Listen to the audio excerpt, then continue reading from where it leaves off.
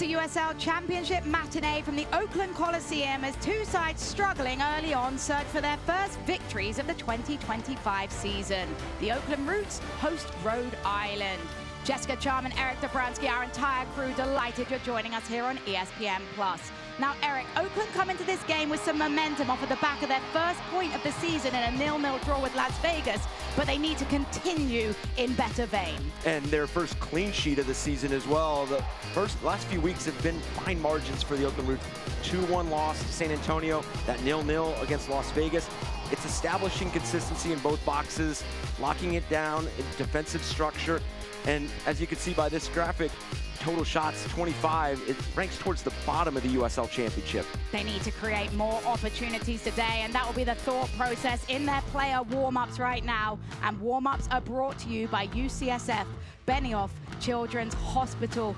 Eric, they're getting locked in. They know this is an important match. It's a team that continues to define its attacking identity without Johnny Rodriguez, who led all scorers with 12 goals last season. Somebody that's going to be instrumental in that is that man, Panos Arbanakis. He has proven to be class influencing matches and displays all the qualities that you need from a well-crafted midfielder. Now for today's visitors, Rhode Island, they too searching for their first victory, but this is nothing that their fan base are strangers to. They began their inaugural season winless across their first 5, but had a remarkable turnaround in form, resulting in an incredible Eastern Conference final in their first season.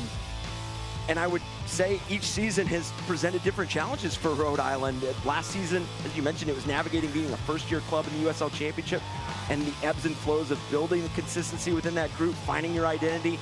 This year, it's opening the season with 5 away matches before opening Tidewater Landing on May 3rd. Obviously, Conor Smith will not use that as an excuse, but it's something to 2 away matches to West Coast teams is difficult. And for Rhode Island, Albert Dikwa is going to be key to unlocking that offense. He has made a career of being a menace to opponents. What makes him so difficult is his ability to impact a game with limited involvement. We'll see how many touches Albert Dikwa can get in the attacking third today. Well, kickoff is just around the corner here from Oakland Coliseum. Both sides searching for that elusive first victory. Oakland Roots versus Rhode Island FC. Stick with us. Kickoff is coming up next. The only way to win is to do it together. That's why Anthem Blue Cross and Oakland Roots have teamed up. We are leading the charge to address food insecurity, empowering all athletes to improve physical health, and expanding the health and wellness resources available to the residents of Oakland and the Bay Area. We're committed to continuing our work to improve the lives and health of our community together. Visit oaklandroots.com/anthem to learn more. You've earned this, so hold it up high. You put on the biggest event of the year every single weekend, surviving the strongest storms, meeting chaos with composure. You roll up your sleeves to roll out the red carpet, because the end of the night for you is the beginning of the rest of their lives. You are a fighter, and this is your reward. Modelo, the mark of a fighter. It turns out Oakland sports fans won't have to wait long to catch another game at the Oakland Coliseum.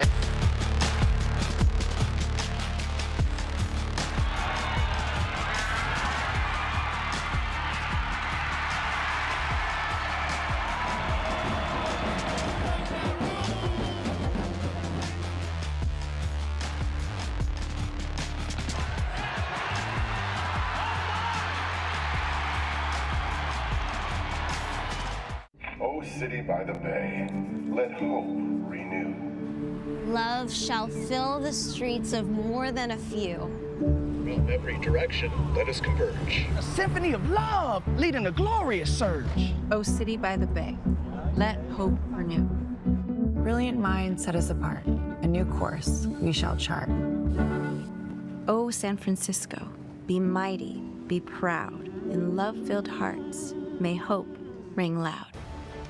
Today's broadcast is presented by Anthem Blue Cross. Now today's starting lineups are presented by Anthem Blue Cross. First lead for Oakland Roots and Gavin Glinton. 2 changes to his lineup from last time out. And a Roots lineup that'll be guided by Kendall McIntosh. He'll help lead the lead this team in stacked defensive performances with the command of his box and the direction in the build-up phase. And then Jürgen Damm getting his first start of the season. Look for him and Peter Wilson to spearhead the attack, an attack that'll be initiated by this midfield for the Oakland Roots. And on the flip side for Rhode Island, Kano Smith has also made 2 changes. And the attacking presence of Williams and Albert Dikwa, they're always a threat, but it's the growing involvement of Maxi Rodriguez. He is a playmaker. He reinforces the press in those defensive moments. And then this back line anchored by Stoneman, Yao, and Nodarse. Well, as we mentioned, 2 sides that have struggled in the beginning of the 2025 season, but today they look to change the script here at Oakland Coliseum. Jessica Charman, Eric Dobransky, our entire crew, glad you're here with us. Our referee for today is Servando Bernard. Expect a chippy affair, so he may be called upon in some of these moments. Rhode Island will be in their amber jerseys from right to left on your screen. Oakland will be in the black with the mosaic pattern from left to right.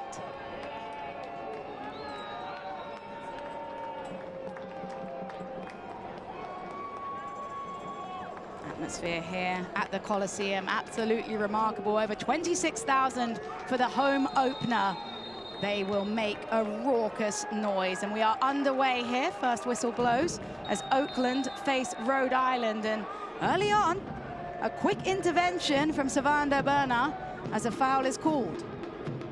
Well, I know you want to win opening exchanges, but that is a quick start for a free kick, and these are 2 teams that find themselves one of 6 teams that have not picked up 3 points. So a fast start is going to be something that both these sides are going to want to implement. And, you know, obviously seeing an early free kick here taken by Panos Armenakis.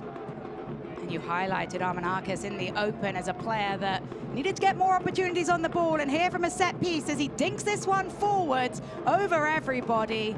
And that'll be one that Gavin Glinton will be frustrated with. Early moments on a dead ball, you want to give someone an opportunity to run at it. Yeah, he was their big offseason acquisition. He was somebody that was going to come in and help kind of fill that offensive threat. And for Oakland Roots, it's about creating that sustainability and that consistency in their ability to play front-footed, their ability to put teams under pressure and opponents under pressure. Obviously, defensively, tremendous performance last week with the 0-0 draw against Las Vegas. Obviously felt like they had some chances out there to pick up all 3 points, but fortunately just came back with the 1, but off to a good start. Here's Oakland Roots over the high press, a direct ball forward. Charging forward is Wilson. Wilson into the box, winds up the strike. It's deflected for our first Oakland corner kick. And this corner kick is powered by Ava Community Energy.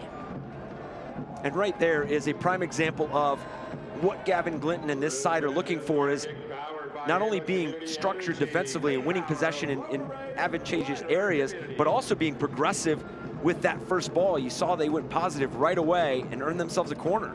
Armenakis, joined by Gomez. It will be Armenakis to swing this one. Takes a drop at the edge of the box, and there's a stoppage of play here as a Rhode Island player down on the ground clutching their head.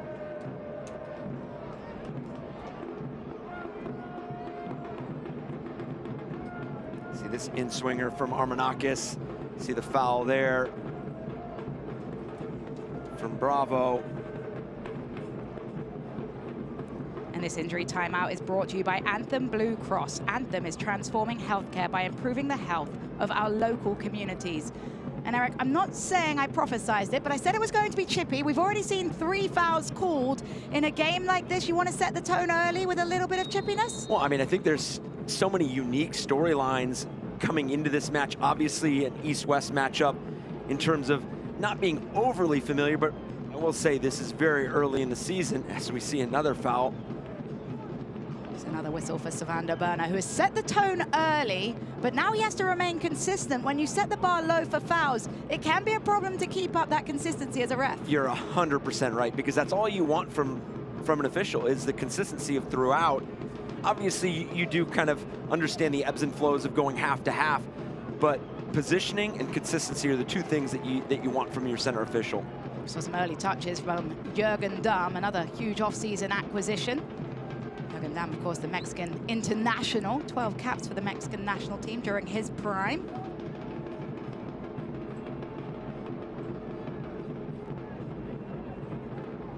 It's all the way back to Vegas in goal for Rhode Island.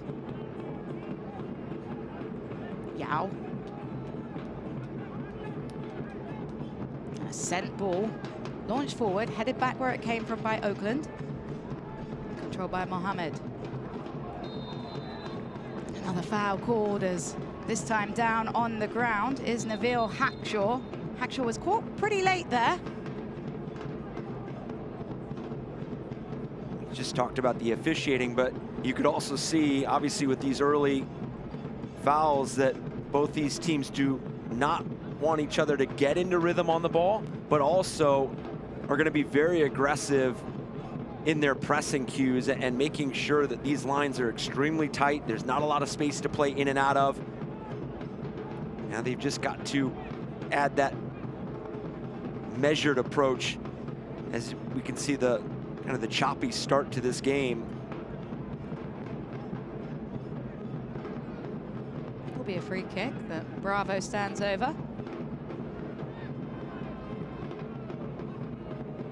Be taken short. Mohammed. Back to Green. And an underhit pass as Rhode Island bounce on the possession. And another late foul comes in, and this game is losing all sorts of rhythm as Hackshaw down on the ground and a yellow card in the hands of Servando Bernal.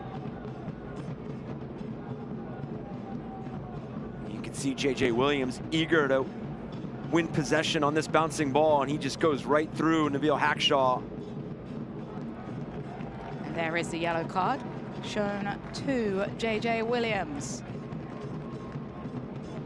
And I know we always kind of bring it up, early yellows defining matches and really defining the way that you have to approach the rest of a game. But for a physical attacking presence like J.J. Williams, I mean, this is something that will inherently affect the way he's got to see out the rest of this match. And especially with as aggressive as both these sides, and especially Rhode Island, are coming out and pressing, trying to turn them over. You just imagine one missed time challenge on a goalkeeper, one awkward play from a corner kick, and all of a sudden, Rhode Island's down a player. And especially from a team that values and takes a lot of pride from those quality services in those wide areas, and obviously the presence of Alberdiqua and J.J. Williams, that aerial threat, it's going to be something that you have to maybe kind of shy out of some of those. Now this injury timeout is brought to you by Anthem Blue Cross. Anthem is transforming healthcare by improving the health of local communities. Hackshaw is back up to his feet. He's been caught twice early on. And the free kick, and we are back underway through McIntosh, the Oakland homegrown boy. Amazing story that we may dig deeper into later on. Fighting for this one was Armanakis. Eventually cleaned up by Rodriguez. Today's injury report is brought to you by UCSF Health. And as you can see here, shorter list for both these sides, Eric, and that's an important note of improvement for both our coaches. It is, and anytime you're trying to build that rhythm and build that cohesiveness. Here come Rhode Island through Holstead. Holstead, was he caught? Yes, he was.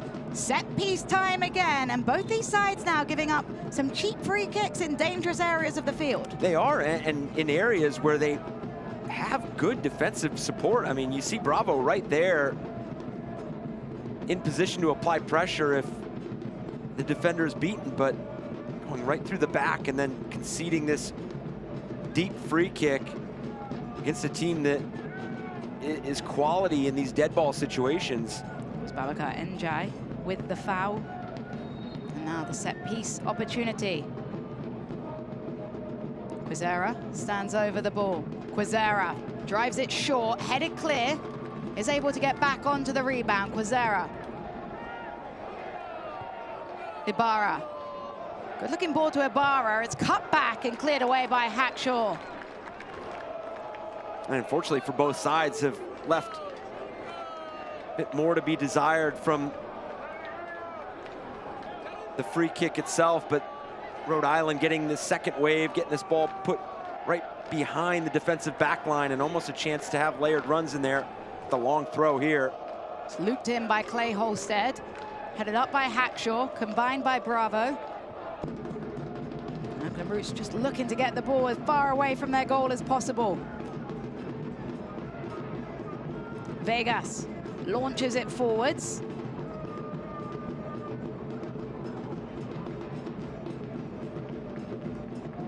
Dequa couldn't get a clean touch.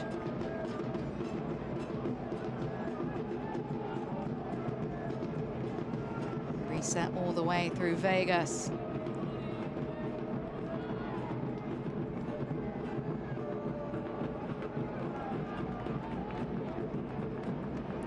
Thought he had earned a throw-in for his side, goes the other way, and as we approach 10 minutes into this game, Eric Dobransky, your thoughts? We haven't really had much action. It's been a lot of stoppages and a lot of breaking of the rhythm and tempo of the match. No, but I do think that it's going to be fascinating how do both these teams build into playing through the lines and playing through the phases.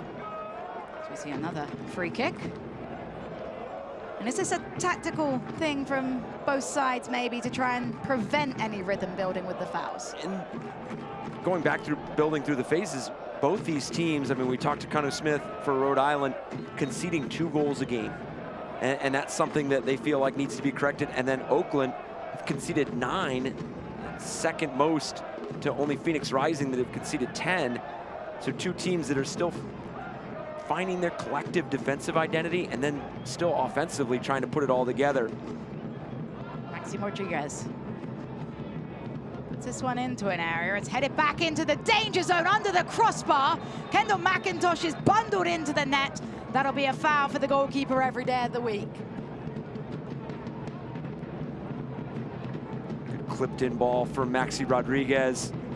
And then JJ Williams, the awareness that he just needs to put this ball back across the face of goal. Unfortunately, it leans towards Kendall McIntosh, and he's able to make a play and earn the free kick. It was Noah Fuson that bundled the goalkeeper into the net.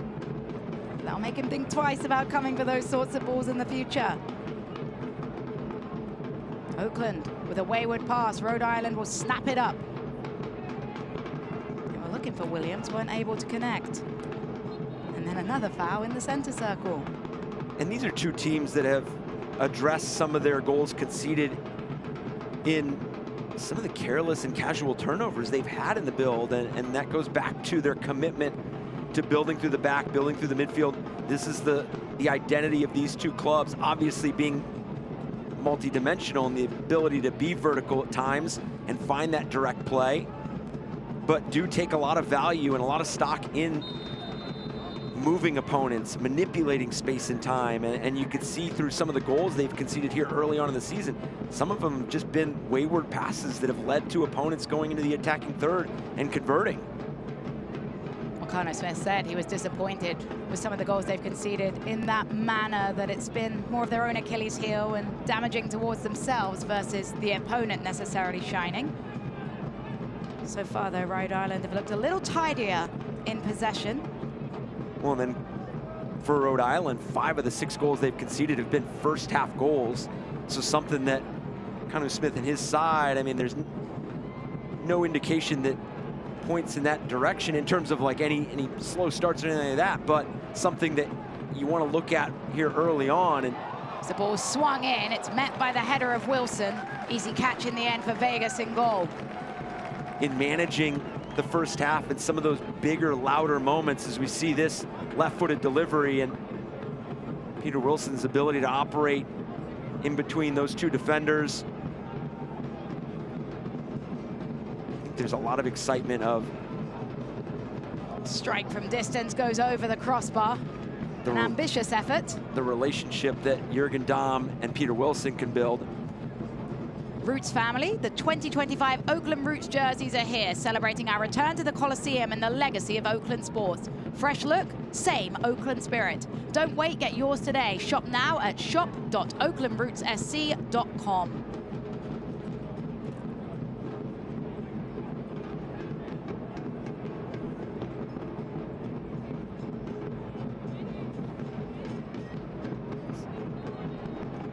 Another free kick awarded to Oakland. So slight jersey grab is pulled. I'm going to try and play this one quick across to Jurgen Dahm. Dahm cutting inside, a low cross, cleared away. Jurgen Dahm, who has spent his time at Oakland as a substitute, now getting an opportunity to shine from the start. And when he's been on the ball, you can see some of the magic is still there.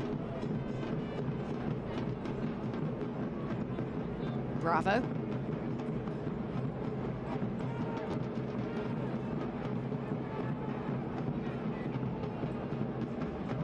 That pass wayward. You do get a sense of how nervy and how tense this matchup is for both sides. I mean, we'll take a look later on at their upcoming schedules in terms of what they see after this matchup. But two teams that are desperate for 3 points, and we've seen it, mentioned it, the fouls, 5 fouls for Oakland Roots, 7 for Rhode Island, so 12 total. Talk about stop and go of a match, 16 minutes in. Kendall McIntosh able to utilize his 18-yard box to come and grab that one. Took an awkward hop. Does seem like Rhode Island, though, looking for those direct moments from the long ball more today. Yeah, and what it would allow later on, the spaces that it'll open up, it'll start to thin out some of the areas that they want to expose and exploit.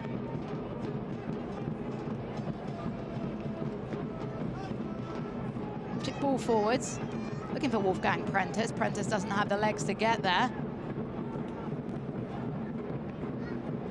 As we get an opportunity to see Kano Smith in his second season, had a remarkable progression year one with Rhode Island. He talked to us about the record and how there are a lot of draws, but draws are better than losses. Yeah, he said a lot of those draws could have turned into 0 points, so a lot of teams would have taken that start. And I remember the narrative last season, all those draws, just the accumulation of 1 point after 1 point. But talking to Kano Smith last year, he felt like they were getting better every day. The progress was there. They were going to turn the corner, and my goodness, did they. I mean, they finished the season hot and then took that into the playoffs all the way to the final. Off to the slower start this season, and I think what's got to be alarming is of the 2 goals they've scored, only one has been, you know, the one own goal from Pop Marboy against Phoenix. So the only other has been created by them. So that's something where offensively, can they get on the same page? Obviously, Maxi Rodriguez was the big offseason acquisition as well. Somebody that does it on both sides of the ball, defensively, offensively, screens passes, really narrows space for opponents to play into, and then just the creator on the ball. Mohamed has to go back. It's an organized back line right now for Rhode Island, really suffocating Oakland, but they are able to break through that with a direct long ball, a little chip forwards, and Prentice into the side netting. But just like that, unlocking the back line of Rhode Island. Tremendous ball played in behind, and just that last bit of intervention here by Coque Vegas off his line. Makes himself big, the presence. And this corner kick is powered by Ava Community Energy. A little critical of Oakland set pieces. Danny Gomez will try and unlock something here. An in-swinger punched away by Vegas. And then another foul is called as a player down for Rhode Island inside the box. Both corners so far for Oakland Roots have resulted in a foul inside the box. How do you adjust that as a player? Yeah, and you appreciate the aggressiveness on the free kick and the corners, but you have to be measured in that ability to go up and challenge and be dynamic in your runs. Obviously, collectively helping each other hit the spots that you want to hit. And then on that note as well, Eric, I want to touch on the fact that we've seen right now the referee, Savander Burner, set the line for a foul. If you're coaching, how do you tell your players and make sure they adjust so that they're not giving away so many fouls when you understand the bar for a whistle blow maybe is lower than in other games? Yeah, that's a great question. That's where that belief and trust goes up and down the roster. You hope that your players start to realize and understand that they have to be sure in terms of the tackles, the physicality, the play itself. Because again, these are two teams that don't want this game to be a stop and go. They don't want it to be as choppy as it is right now. But I will say this, Oakland is asking the louder questions of Rhode Island right now. We just saw it with that ball played in behind to Wolfgang Prentice. Seen some of the chances, obviously Peter Wilson as well. Gavin Glinton will be encouraged, particularly from that last phase of play with Julian Bravo finding a delightful ball into Wolfgang Prentice, like you so well mentioned. I think the one giveaway in the back would be the cautionary tale, the one where J.J. Williams ended up getting the yellow card. But besides that, I think kind of an extension of their performance against Las Vegas. Gavin Glinton was extremely happy with their defensive transition, because transition is only as good as the spots that you're hitting, and you can get back behind the ball, but if you're not hitting the most important spots behind the ball, then you're not effective. And I think that's where Oakland has continued to grow and their roles and responsibilities, and they were tremendously effective against Las Vegas Lights. I think just now adding that bit of bravery and that bit of boldness on the ball once they do regain possession is going to be the piece that starts to build itself into the Oakland Roots' attacking prowess as we see another stoppage. I'm wondering what the record of fouls is in a USL Championship game, because we might be edging close if it stays like this, Eric. Yeah, 21 minutes in, and we've spent a lot of it in dead ball situations and waiting for restarts. Vegas will have an opportunity to launch this one forwards. It's headed forward further. Off at the head of Williams.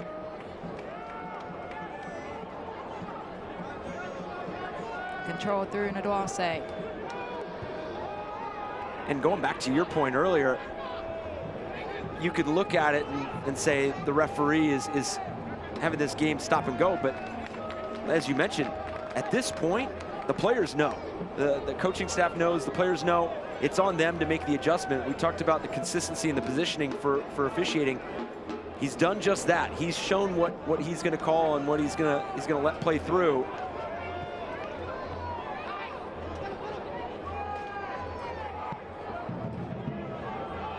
A dangerous switch from Oakland Roots, causing their own trouble right now. As Holstead trying to find an angle to turn, he is able to do so. Holstead, a challenge goes to ground, is cleared away. And that'll be the second alarming moment for Gavin Glinton and his side. First one, getting away with it with the J.J. Williams yellow card, and then that one, good intervention towards the end. And another foul called against Jürgen Dahm as he tried to hustle for that through ball.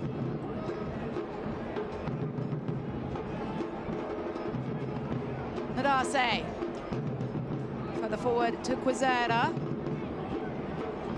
Back to Naduarse as Rhode Island trying to build some confidence, moving the ball through their back line. Their best opportunities so far have come from wayward Oakland Roots balls.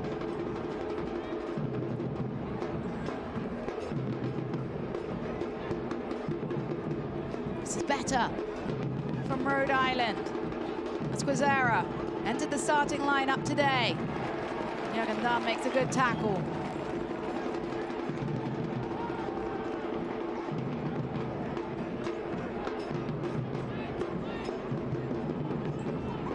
Quezada played it further forward as Fusen. Inside to Dequa. All the way back to Maxi Rodriguez. We highlighted Dequa in our open, and he has not touched the ball bar a couple of times so far.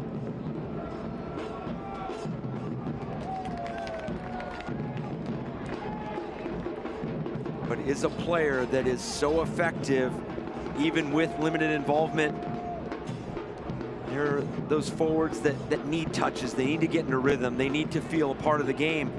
Albert Dequa excels in both. He can be involved. He can get some touches. He can drop into the middle third and get on the ball.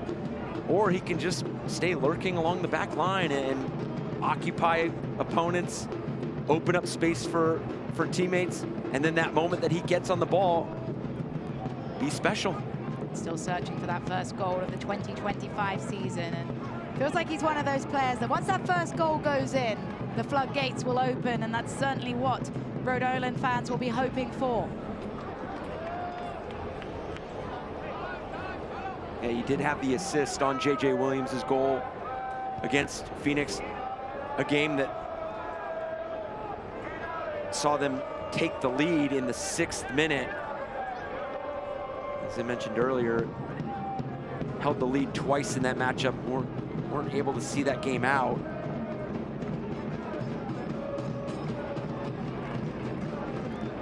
Soccer season is here, and SeatGeek is the official ticketing partner of the USL. Get all your USL tickets and more from the #1 ticketing site, SeatGeek, your ticket to great seats.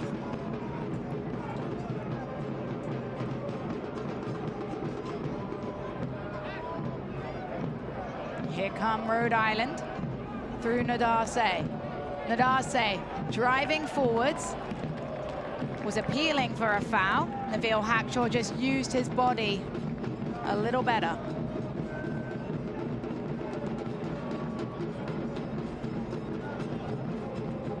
The USL on CBS kicks off tomorrow with 2 former USL Championship title winners battling it out. Join us at 4 p.m. Eastern as undefeated San Antonio FC takes on Western Conference rival Phoenix Rising FC tomorrow on CBS. What a game that one is going to be, Eric. San Antonio, one of the unbeatens in the USL Championship, coming off a season last year where missed the playoffs altogether, and they are on quite a tear to start the season. We're down 2-0 to Lexington last week, came back to win that 3-2. If you haven't been able to watch it or listen to USL All Access this week, Mike Watts and Devin Kerr have Mitchell Tainter on the show and interviewed the always sturdy defender for the San Antonio. Fuson couldn't find an angle, had to knock it back to Maxi Rodriguez. Rodriguez, a player that head coach Kerno Smith raves about and spoke about his humility and what a great addition he was into the locker room. Here's Holstead. Cross is swung in. Williams was a target over everybody as Williams appealing that he was stood on. Quizera back to Rodriguez. And Fuson couldn't thread the eye of the needle into Williams. And that play right there is what made Noah Fuson the 2024 Golden Playmaker. 10 assists last season. His ability, his vision, but the complement of being able to move defenders with your eyes and your movement, that's a component that not every player has, and that's something that he showcases game in and game out.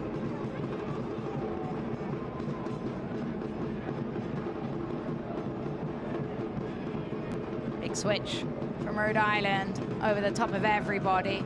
The target was Jojea Quizera, but it's out of play for an Oakland Roots throw-in.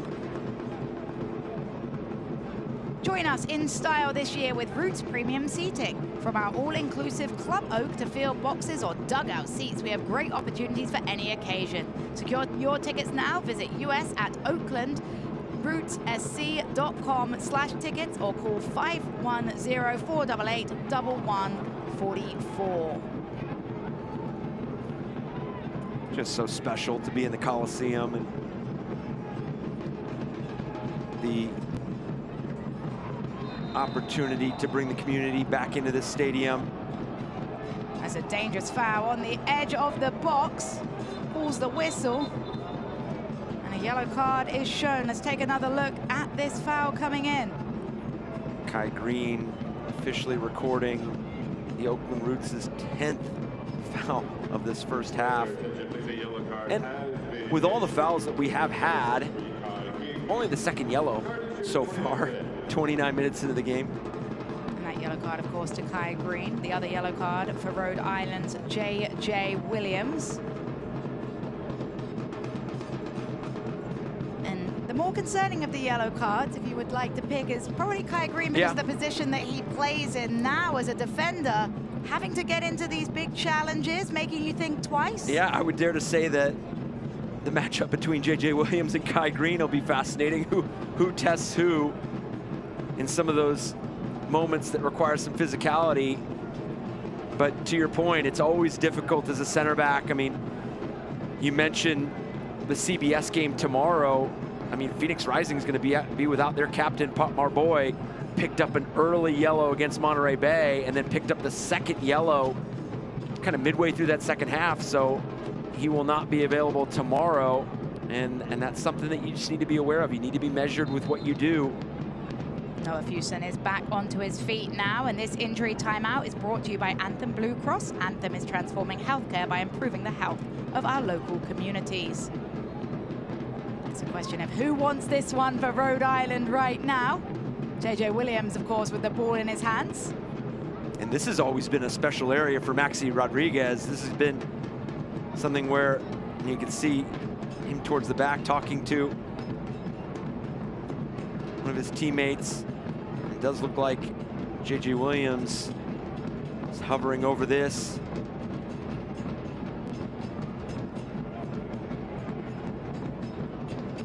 Four-player wall setting up for Oakland as they look to find a way to block this strike. Williams setting up.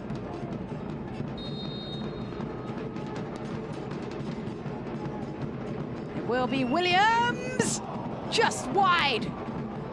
Not a bad strike at all from J.J. Williams.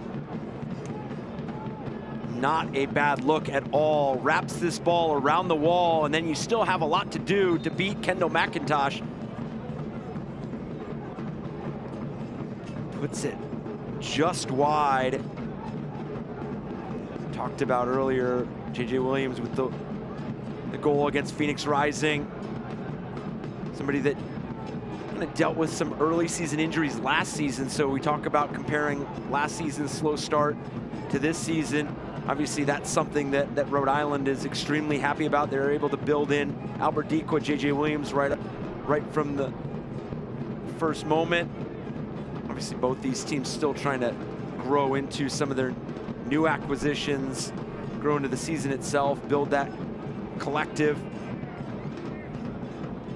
Connor Smith used the word gel and said that he felt like they were gelling better, but it takes time, it takes patience. You mentioned J.J. Williams.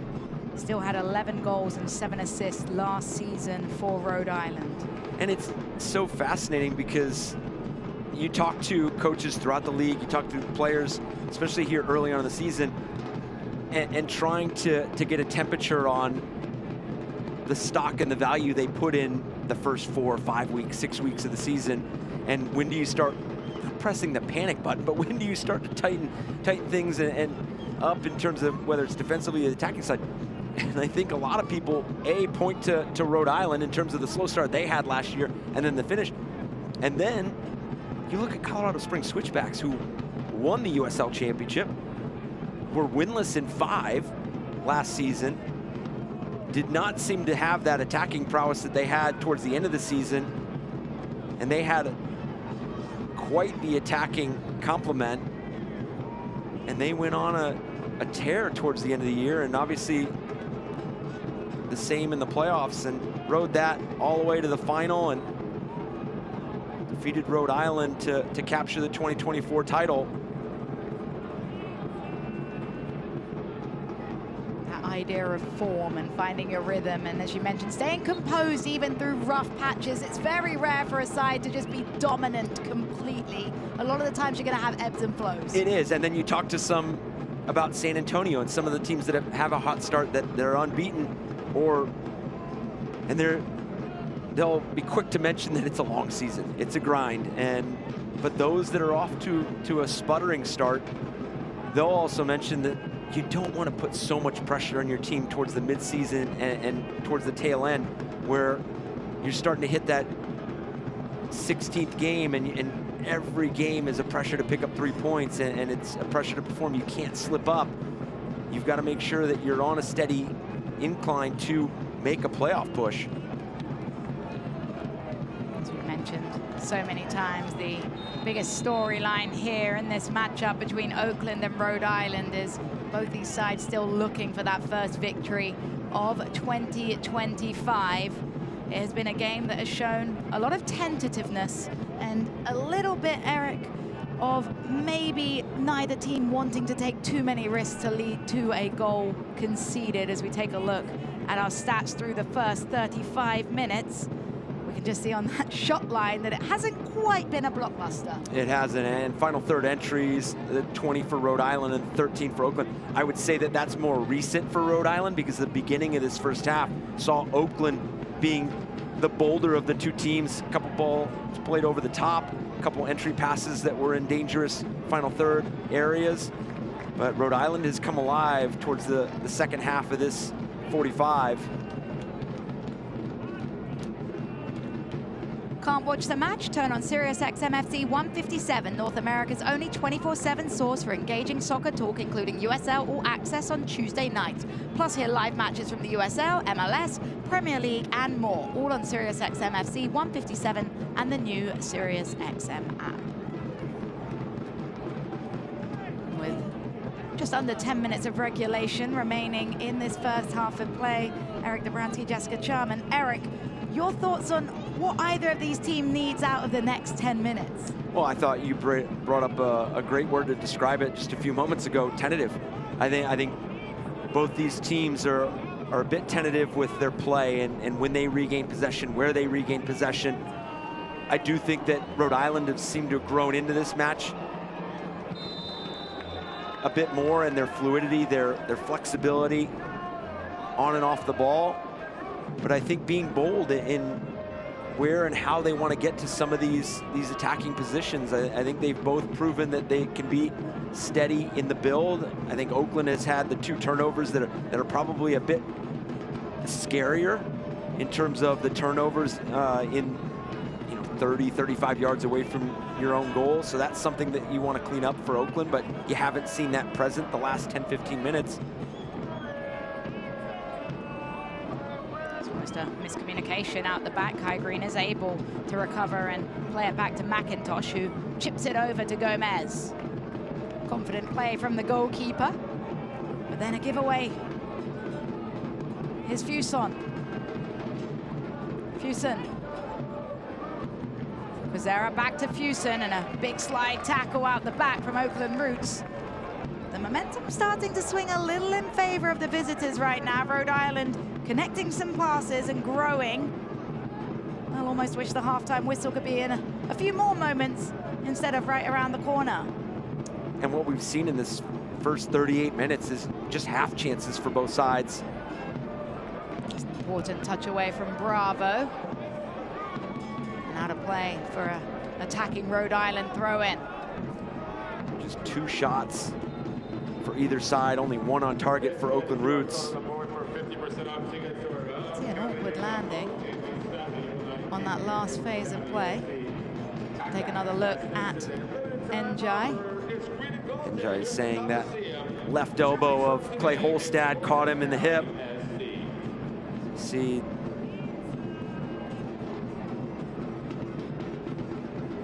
you mentioned it's that awkward landing, and now Oakland having to stay switched on for this long throw.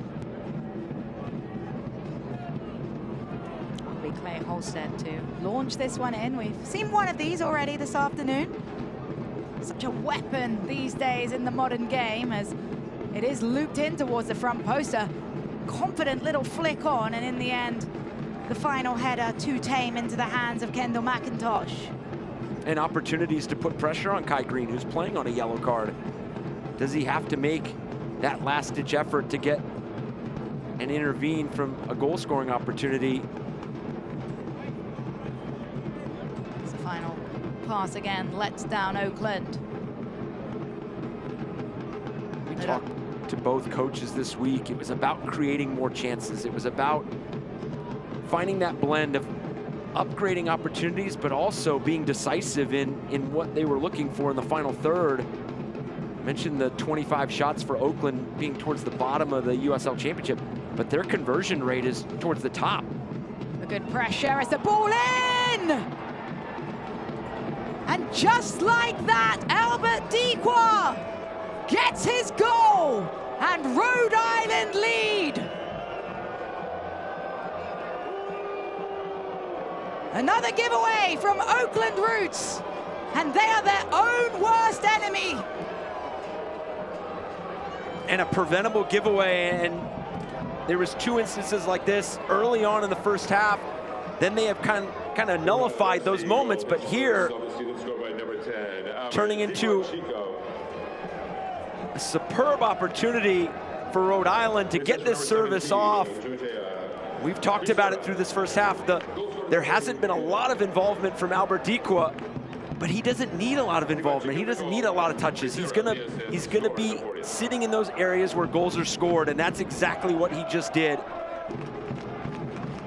The 2023 USL Championship MVP and Golden Boot winner opens his account for 2025. And what an important goal it is for his Rhode Island side with 5 minutes left in the first half. Oakland with a heartbreaking goal to concede in this moment, but you hear the Coliseum trying to get their side back to believing. And tremendous press by Quizera. I mean, the ability to recognize that Mohammed didn't have a lot of options, and that also goes to the support defending from Rhode Island, the ability to take away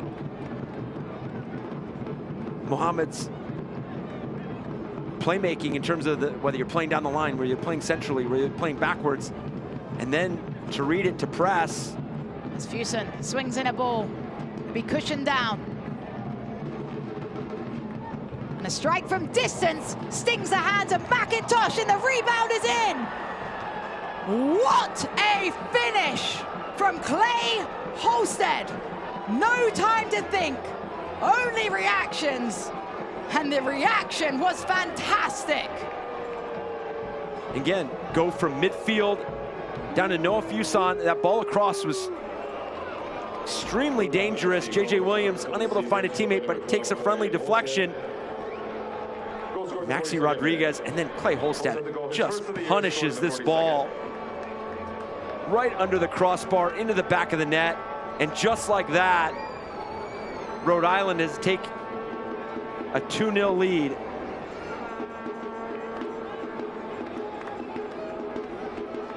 What an unbelievable finish, though, that is from Clay Holstead.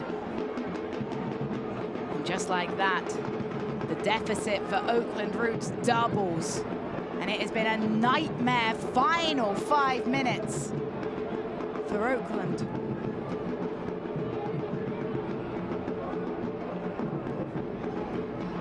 We felt like Rhode Island was growing into this first 45, that they were growing confidence in terms of their ability to access some of the spaces and exploit some of the areas in and around goal. But you also felt that Oakland was getting into rhythm playing out of the back and kind of rid themselves of those giveaways. As Oakland tried to respond, it's a simple cross in the end from Njai into the arms of Koke Vegas. And it has been a really tough start to the season for Oakland Roots. A tough finish to the end of 2024 as well in a lot of ways for Oakland, and it feels like they brought some of that poor form into 2025. And for Gavin Clinton now, They have to find a way to respond in this second half, particularly here in front of an amazing home crowd in the Coliseum. And going back to last year, used the middle portion of the season to make an outstanding push and put them in that top 4 conversation. As you mentioned, kind of sputtered out towards the end of the season, went into the playoffs, kind of playing on the back foot. But there is no question that Gavin Glinton and this side can ride this ship and turn the corner. Obviously, a lot of new additions, and that cohesiveness is not something that just comes overnight. But you've got to imagine that defensively, this has got to be a bit frustrating, because they've got to look at those 2 goals as preventable. The first goal, the turnover, and then the assist from Quizera, and then the second goal, just to Rhode Island turning them over at midfield, and the ability to be progressive and be positive with that first ball. Gavin Glinton said he wanted his side to be better in transition. That was a moment there where maybe they could transition quicker, but in the end, Kai Green couldn't release the ball. We'll see what they can do here, though, with a big switch over to Jürgen Dahm. Dahm controls. Looking to wind round the defender, does so. A dip at the hip, hangs it up, back post, headed down.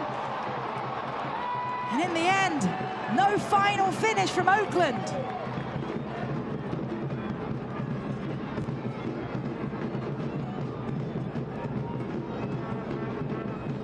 We're going to see it, more urgency here from Oakland Roots. We've kind of dimmed towards this final 10-15 minutes. That being a bright attack. Can you pull one back before the break, change the narrative? You got plenty of time. As we see, 6 minutes of stoppage time, and stoppage time today is presented by KTVU Plus. Those 6 minutes, of course, with a couple of extended injury stoppages and all the fouls that we saw while this game was still 0-0. We said it was a bit of a slow start, but it certainly exploded in the recent moments.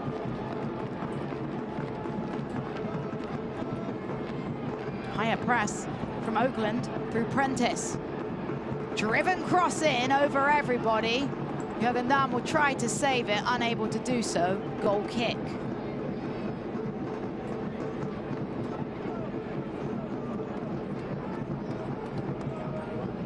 They're not able to pull one back before the break, and then Gavin Glinton and his staff and this team are going to look at that first 10-15 minutes of the half and see that it is positive to build off of, because they were able to manipulate the space in behind Rhode Island. They were able to play through lines. They were progressive when they turned them over. Can you get back to that? Can you start guarding some of the areas in the space defensively and turn that structure into offensive opportunities? But you have to start minimizing the turnovers that are leading to these louder opportunities for Rhode Island, and 2 that they've been able to capitalize on. It was Kai Green, by the way, on a yellow card, penalized for a foul on Rodriguez. Needs to be careful as Noah Fuson.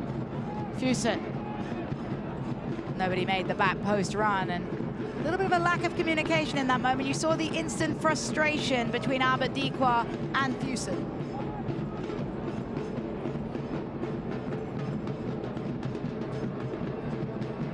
Oh, for Rhode Island, you've got to believe that they feel that they've snatched all of momentum and they want to keep it there. So to your point about the communication between Fuson and Dequa, they want to make sure that they continue to fine-tune those details and don't take their foot off the gas. They've done a tremendous job of growing into this game, taking it and making sure that they're creating some worthwhile opportunities and rewarding themselves. And it's about putting the game to bed as well. Yep. They don't want to allow Oakland Roots to come out believing in that second half. Well, that old adage that 2-0 leads are the scariest leads in football, I mean, that is true for a reason, because your opponent gets one, they've cut the lead in half, and now they've snatched momentum and they're playing on the front foot.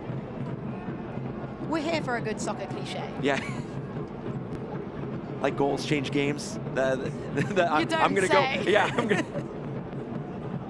I always add in that timely goals change games, and I will say that the 2 goals for Rhode Island were timely, to say the least, because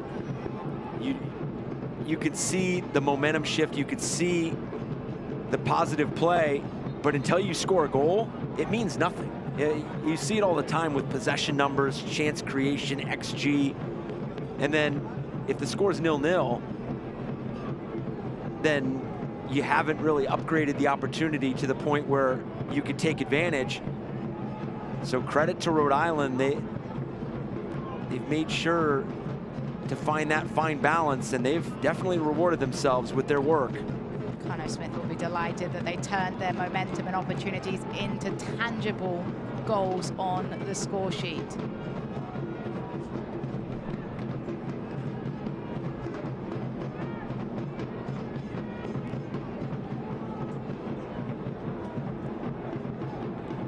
Mentioned, Eric, the chippy nature of the game, and we have passed 23 fouls, which is the record for a USL Championship game so far this season in a first half of action. Jürgen Dahm crosses this one in. It's a decent ball, nobody there, and it's cleared away. A direct ball forward, Williams will never score an easier goal than that. Rhode Island punish in transition. J.J. Williams flexes, and Rhode Island with a 3-0 lead. And this is the ruthlessness that Connor Smith and his side wanted to exude today. They literally went from defending their box to, in one pass, being in behind for a prolific goal scorer like J.J. Williams. And to your point, probably won't get an easier goal in his career. Gets that touch against past Kendall McIntosh. Just has to casually tuck this away. They're going to take a 3-0 lead into the break, take the momentum, carry the narrative. You just saw Oakland Roots get together in a huddle because it has been a disastrous final 10 minutes to this first half for them. It all got started in the 40th minute with the Dequa goal, and now we're at 50 minutes into the half, obviously in stoppage time of 5 additional minutes, and they've conceded 3 in that 10-minute period. And it starts with a dangerous drive to that end line from Oakland. They had good numbers, 1 near post, 1 far post. They lacked the layers centrally and some of those support runs. And then they lacked that, but then Clay Holstad was able to pick out a pass with no pressure. And the rest defense was just not there for Oakland Roots. And I was going to ask about that. I understand the goalkeepers come out, but it didn't look like the 2 defenders were really making a terrific effort to get back and tackle. See, another direct moment is pulled back. And it was almost like they thought it was offside, or that they didn't play to the whistle. There was just a stop and a lull in the defense. Yeah, it just kind of adds to the miscues that we've seen from the 40th minute and beyond. And again, I think we bring it up just from the fact that goals were scored on those moments, because the turnover that led to the first goal, and then obviously the dispossession at midfield that led to the second, and then defending in one box and then going all the way down the field and scoring with J.J. Williams. I mean, what a 45 minutes for Rhode Island. They navigated the ebbs and flows of the match, kind of grew into the match, able to play front-footed, multi-dimensional, and then it all started with that man, Albert Dequa, tucking away his first of the season. Well, 3 goals in a 10-minute period to finish up the first half here from the Coliseum has Rhode Island in a 3-0 lead over the Oakland Roots. It was a pretty standard first half of play, but exploded in the final 10 minutes. We've got to get into it in our halftime here from the Coliseum. But your halftime score, Oakland Roots 0, Rhode Island 3. Stick with us here.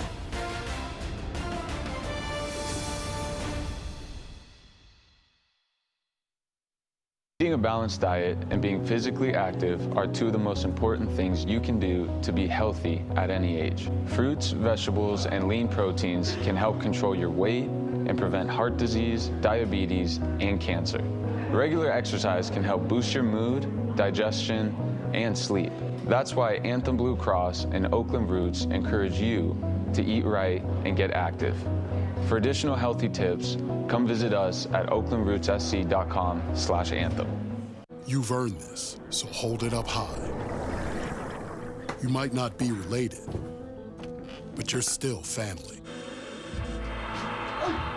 You don't just give an extra hand. You give your whole heart and a whole lot of muscle. Because it feels good to raise up the community that raised you. You are a fighter, and this is your reward. Modelo, the mark of a fighter. O city by the bay, let hope renew. Love shall fill the streets of more than a few. From every direction, let us converge. A symphony of love leading a glorious surge. O city by the bay, let hope renew. Brilliant minds set us apart.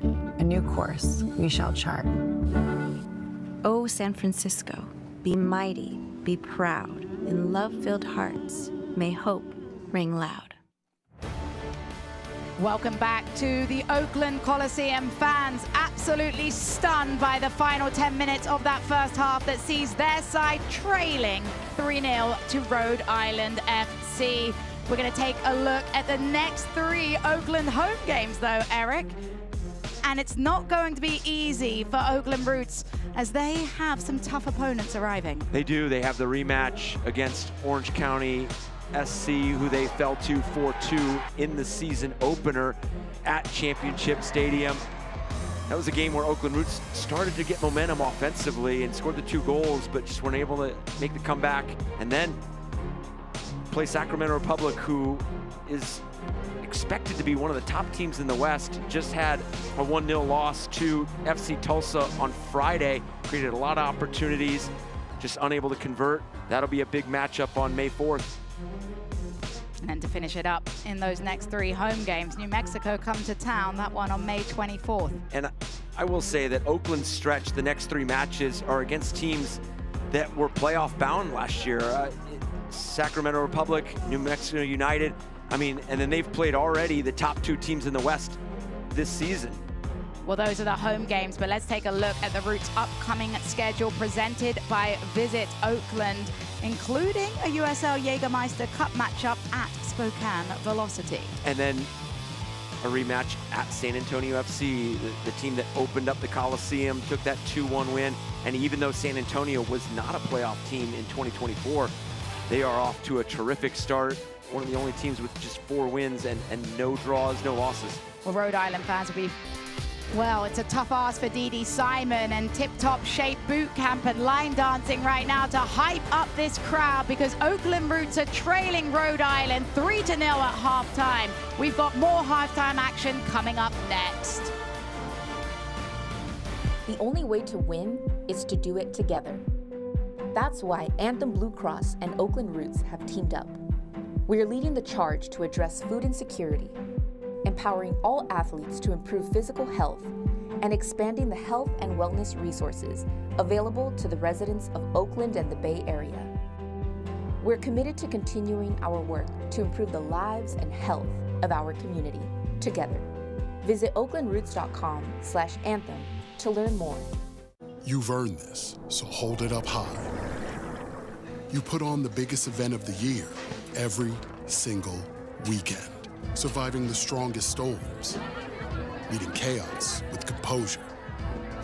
You roll up your sleeves to roll out the red carpet, because the end of the night for you is the beginning of the rest of their lives. You are a fighter, and this is your reward. Modelo, the mark of a fighter. O city by the bay, let hope renew. Love shall fill the streets of more than a few. From every direction, let us converge. A symphony of love leading a glorious surge. O city by the bay, let hope renew. Brilliant minds set us apart. A new course we shall chart. O San Francisco, be mighty, be proud. In love-filled hearts, may hope ring loud.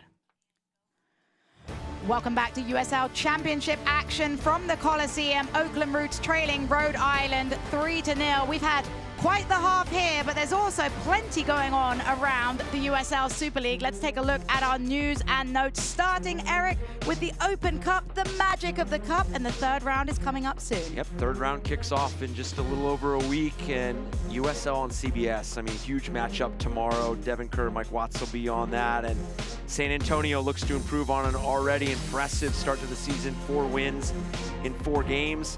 Phoenix Rising, one of the teams that has not collected 3 points in the season. Obviously, they have the 2 draws, but I mentioned tough start because they have 2 red cards from their last match against Monterey Bay with Pop Marboy and Carl Saint.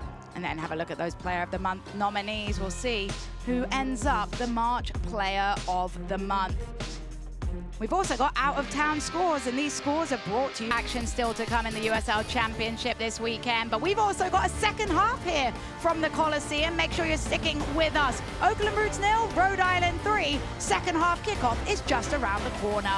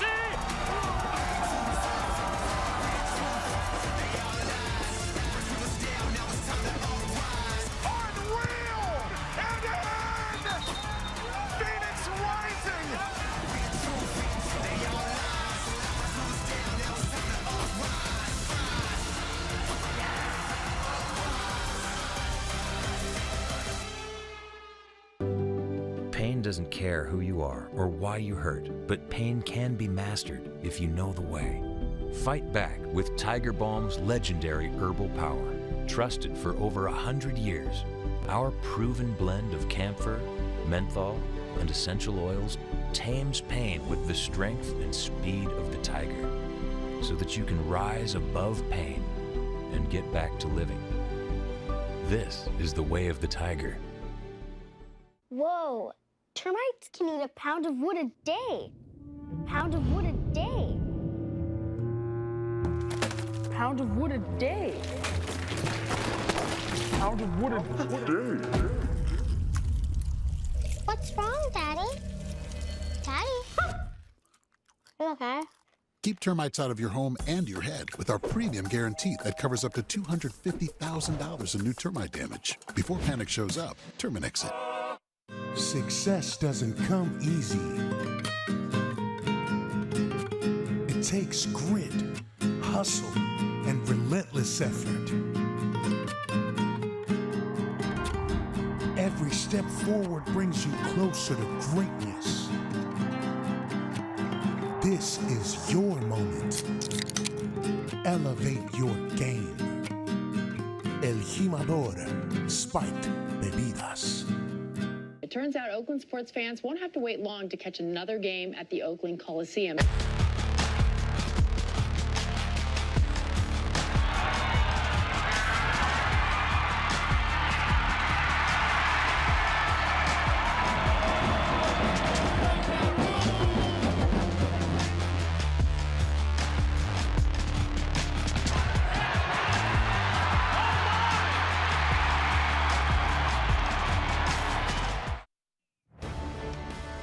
Today's halftime is presented by Anthem Blue Cross.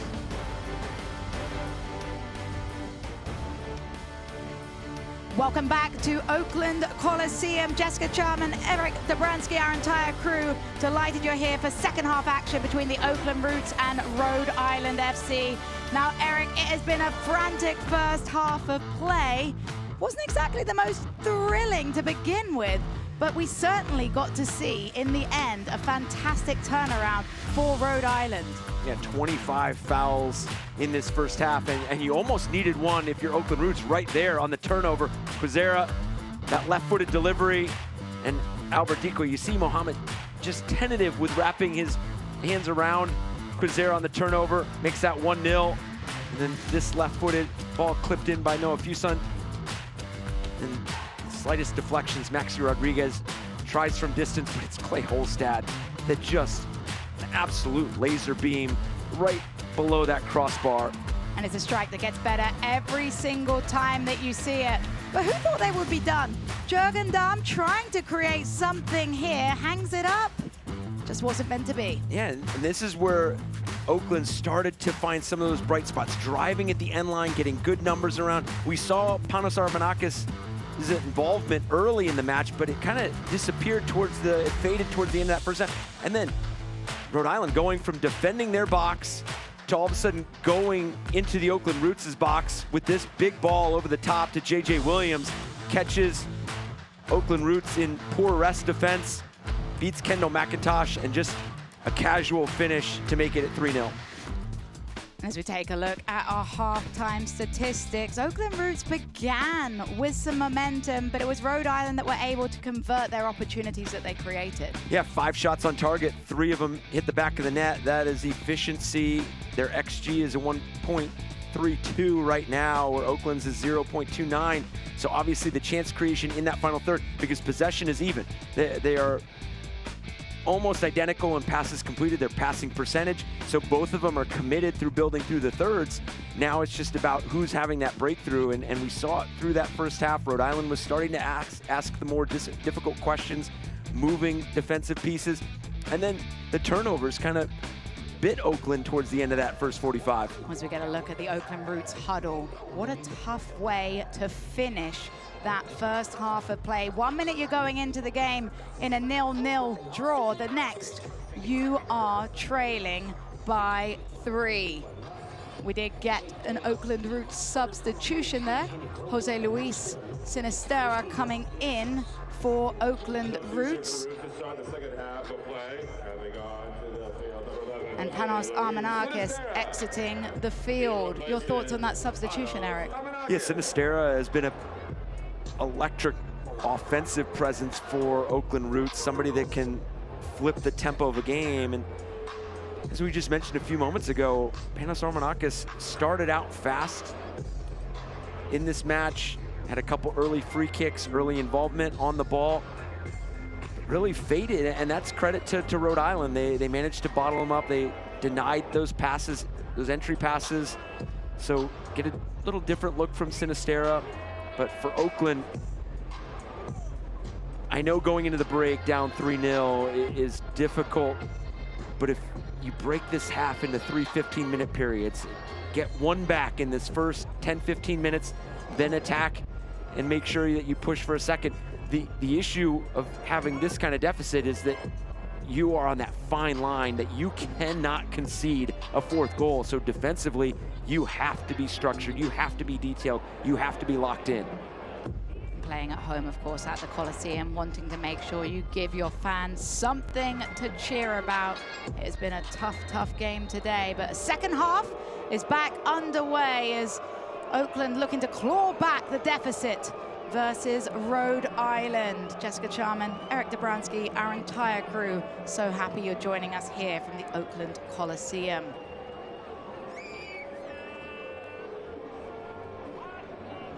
Here's Bravo.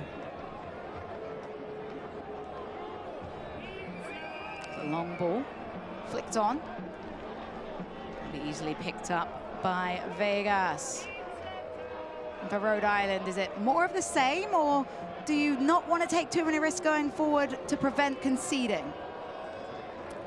I think it's a blend of both. I think you want to see this first 10-15 minutes, know that you're going to get a heavy punch from Oakland. Now making sure that you put yourself in a position where you could punch back and make sure that you can adjust, and you don't want to concede in this first 10-15 minutes and give any sort of life to the Oakland Roots. So you want to make sure that you've got the support, your roles and responsibilities in those 1v1 situations are important, making sure you're winning your duels, winning whether it's aerial duels, tackles, making sure you're shifting in the appropriate time. You want to make sure that there's nothing given to the Oakland Roots, no giveaways through the back. But when you have that opportunity to go forward, go and try to play at high tempo. And here they are through Njai. Njai with a little skip step, trying to round the defense of Holsted. And he does earn a corner kick, and this corner kick is powered by Ava Community Energy.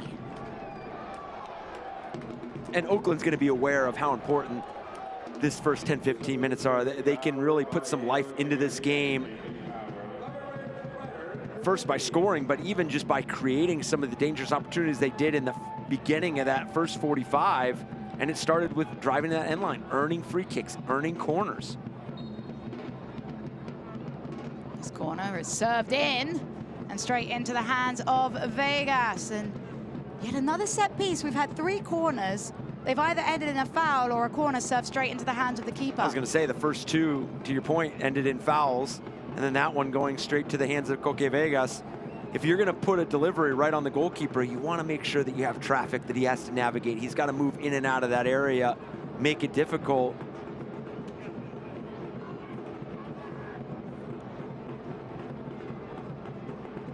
Backline for Oakland Roots that saw themselves blindsided, conceding 3 in the final 10 minutes of the half. Now they try and build some confidence with this possession. Kendall McIntosh, who saw the final goal go round him in a high position as Prentice will chase this. And again, Holsted able to defend, but it's a deep attacking throw for the Roots.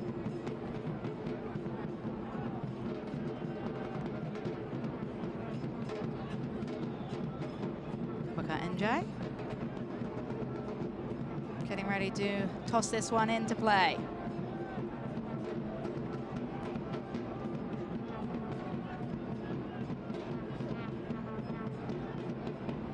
Njai will loop this throwing in, and in the end not able to find the head of Peter Wilson, but again a long throw, a good opportunity as a player down for Rhode Island. And this injury timeout is brought to you by Anthem Blue Cross. Anthem is transforming healthcare by improving the health of our local communities. Looks like Julian Bravo getting called for a foul. Coque Vegas hadn't even released the ball yet.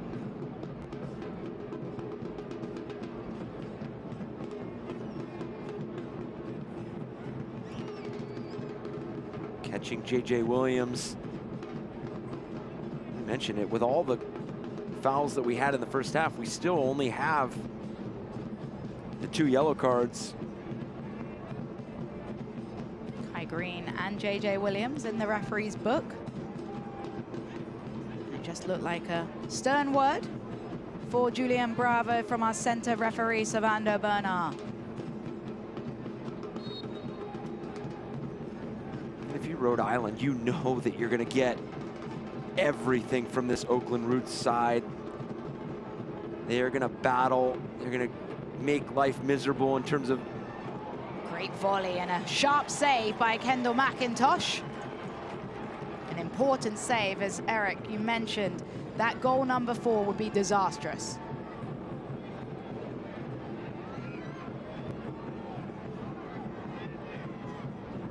Here's Njai. Tried to drive it down the line, was blocked, but is able to connect. Njai looks ahead. Important slide interception away.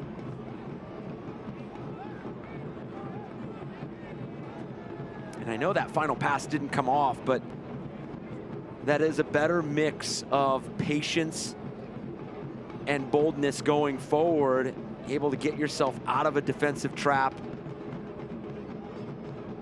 Give yourself the ability to possibly play down that line. So far, some of these turnovers in the build for Oakland has hurt them. Vegas had to be innovative with the volley clear off of the potential back pass, as Oakland have really dominated possession over the first 6 minutes of this second half. Gavin Clinton will be encouraged with the way his team have come out of the break. And this is almost a mirror image of how they started the first half with possession, playing on the front foot. The referee's whistle blows. It's a foul against against Oakland Roots. Oakland aggressive here to begin the second half. Unfortunately, this ends in a foul against the Roots, but the involvement from Wolfgang Prentice, somebody that helped really turn the rhythm of that match at Orange County to open the season, come up, found himself on the ball, found himself in 1v1 situations, the ability to unlock space, whether it's on the dribble or through passing. Prentice extremely technical. Enjoy watching him take on players, but he hasn't found too many opportunities to work that magic or technical ability because he's not seen the ball enough for his Oakland Roots side today. It's another stoppage of play. Servando Bernard having a conversation with both Prentice and Clay Holstead.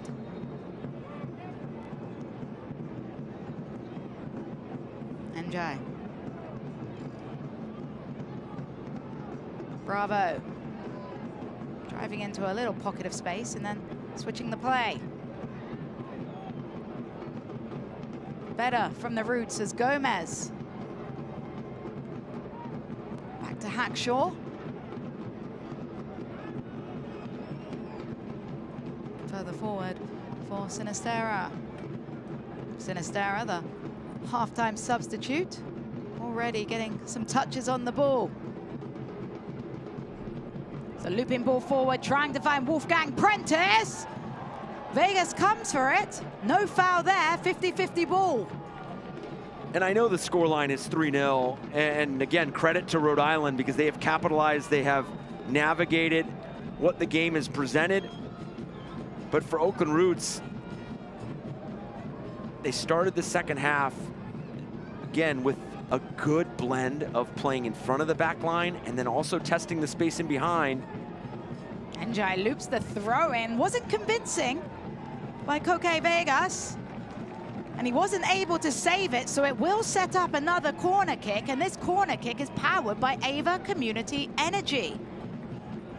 And a couple of shaky moments from Koke Vegas right now. If Oakland Roots, I'm lumping this one right on top of the keeper. Yeah, let's see what the fourth corner for the Oakland Roots can present. We mentioned 2 of the 3 ending with a foul, the other one ending comfortably in the hands of Koke Vegas.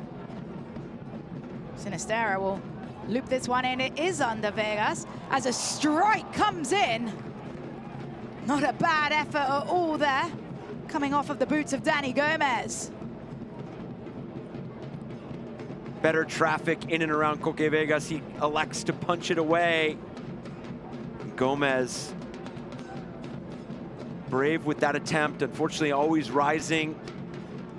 Unable to put it on target. But a positive start for the Oakland Roots. And how can they sustain it? Now, being down 3 goals, at some point, you need to shift into high gear where you're creating more opportunities at a higher clip.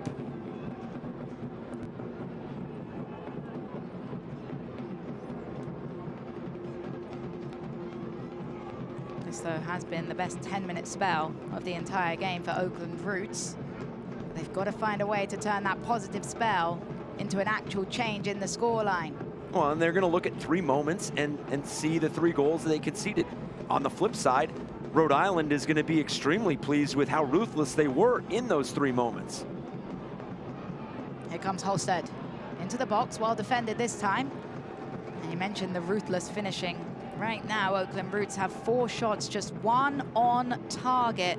That'll be a real element of concern. Select is proud to be the official match ball supplier of the USL Championship. From the Academy to the big league, Select is there every step of the way. Visit us.select-sports.com for the latest Select product specials and more. Select, the player's choice.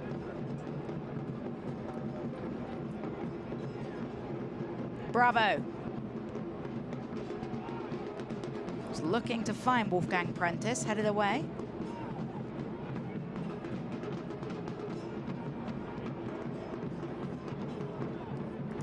The ball threaded down a channel. Be cleaned up through Njai.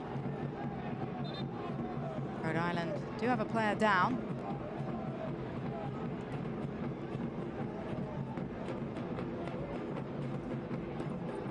This injury timeout is brought to you by Anthem Blue Cross. Anthem is transforming healthcare by improving the health of our local communities.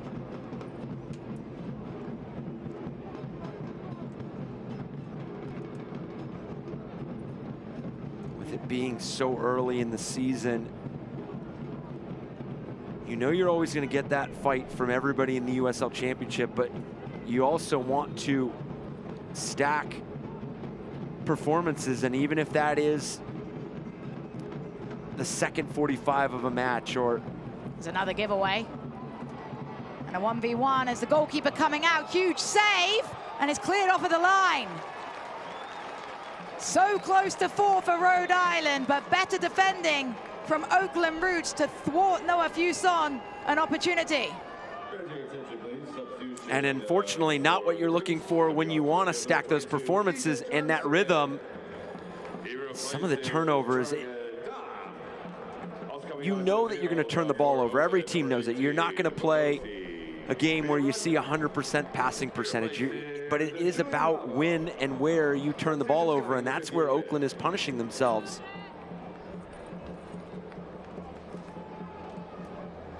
Did see a pair of substitutions there as Babosi Bayarakanga comes in for Oakland.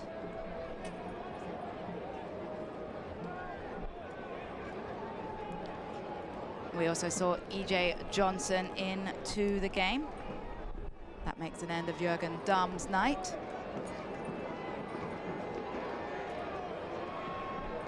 And Julian Bravo also taken out of the game after clearing that one off the line. So a good final intervention for Julian Bravo. So often you hear the attacking side being the last piece that kind of comes together, that collective effort in the final third, because you lack time and space. I think for both these sides, obviously Rhode Island sitting with the 3-0 advantage, but both these sides are clear in their identity in terms of playing through the thirds and the ability to play out of pressure and the areas that they want to exploit going forward. And I think that's a piece that has a lot of work to do through the beginning of seasons, regardless of what team you're at. What does the outlet look like? What does the timing look like? Long ball forward for Rhode Island. A little hesitation from the goalkeeper. And yet again, coming to save the day are the Oakland Roots back line. Kendall McIntosh looking a little shaky back there.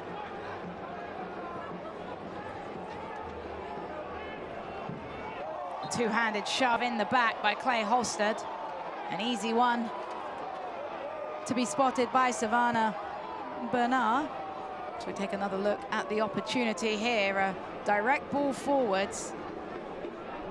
And Dequa just couldn't quite find the clean connection. That would have been a clever finish by Albert Dequa.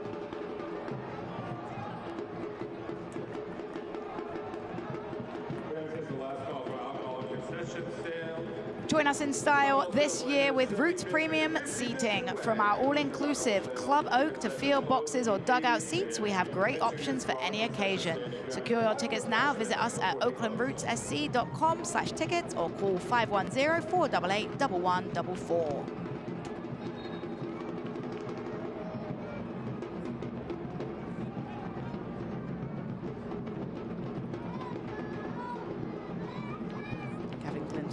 Now with 3 substitutions completed, looking to really try and change the game. Clay Holstead trying to get round the defender. It was well done in the end by Babacar Njai with the tackle. We'll set up another one of the long throw-ins that Clay Holstead has in his locker.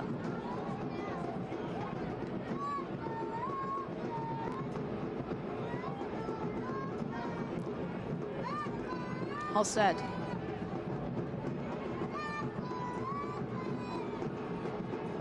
Launches this one to the edge of the 6. It's met by a Roots header away. Sinistera tries to control, unable to do so. Back to Clay Holstead. Big tackle came in from Njai. At first thought it was clean. Now referee Servando Bernard disagrees.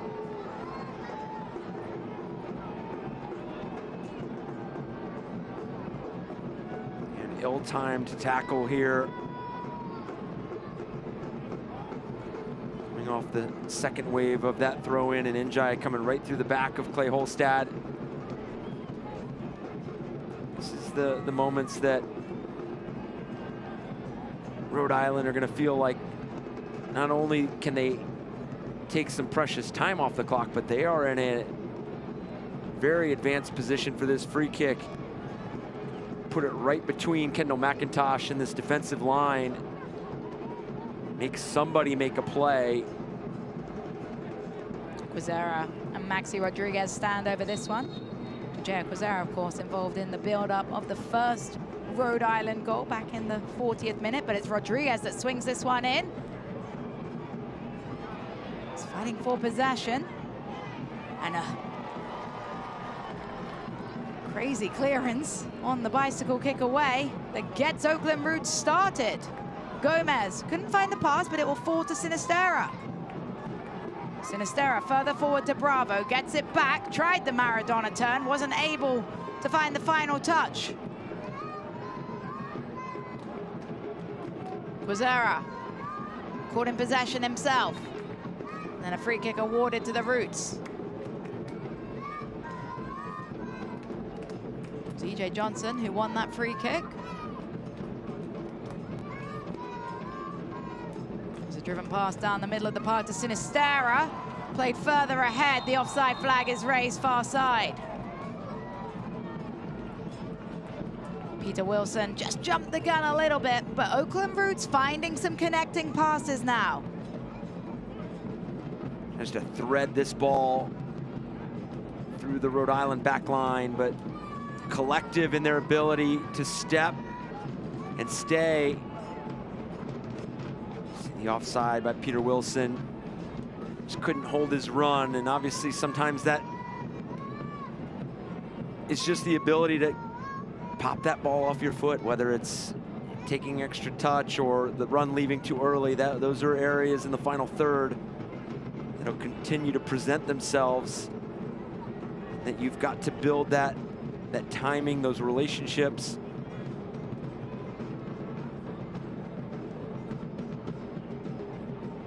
The USL Championship is on CBS Sports and ESPN platforms all season long. Catch live matches and expert analysis every day on the CBS Sports Golazo Network and ESPN+. Go to uslchampionship.com for the complete USL TV listings.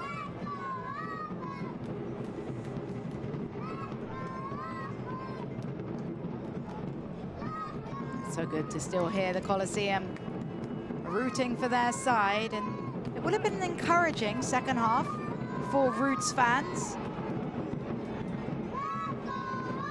But again, it was only 10 minutes of chaos that has really led to the Roots finding themselves in this huge deficit. Yeah, and I've seen much of the possession here in the second half. Obviously, naturally, that's going to come when a team is carrying a lead. You're going to see a bit less of the ball because you're going to be a bit more defensively stout, and the mindset's going to be not to give away any opportunities. Foul in the center circle. Big foul came in from behind. Noah Fuson trying to appeal his innocence, and we will see the athletic trainer waved on here. This injury timeout is brought to you by Anthem Blue Cross. Anthem is transforming healthcare by improving the health of our local communities. Let's get another look at the contact here. Wow. And then Maxi Rodriguez.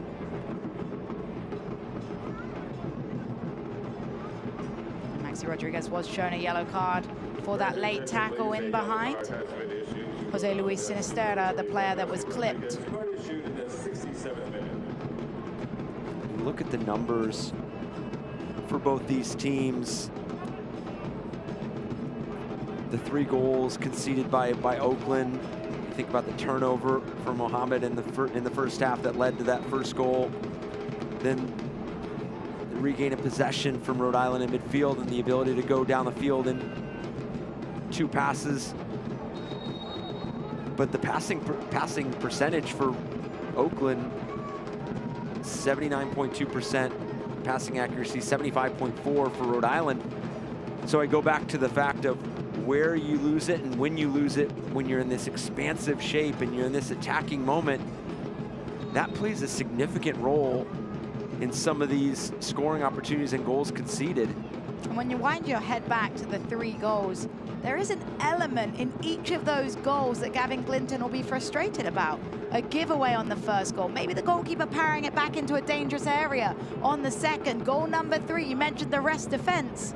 Feels like Oakland Roots have done a lot of damage to themselves in this game. 100%, and that's going to be, it's going to be frustrating in one instance, but it's also going to be something that's fixable, especially here early on the season. And the issue becomes is, does it become this trend? Because by the time you start hitting week 6, week 7 and on, I mean, you get the scouting reports, you get teams that know each other.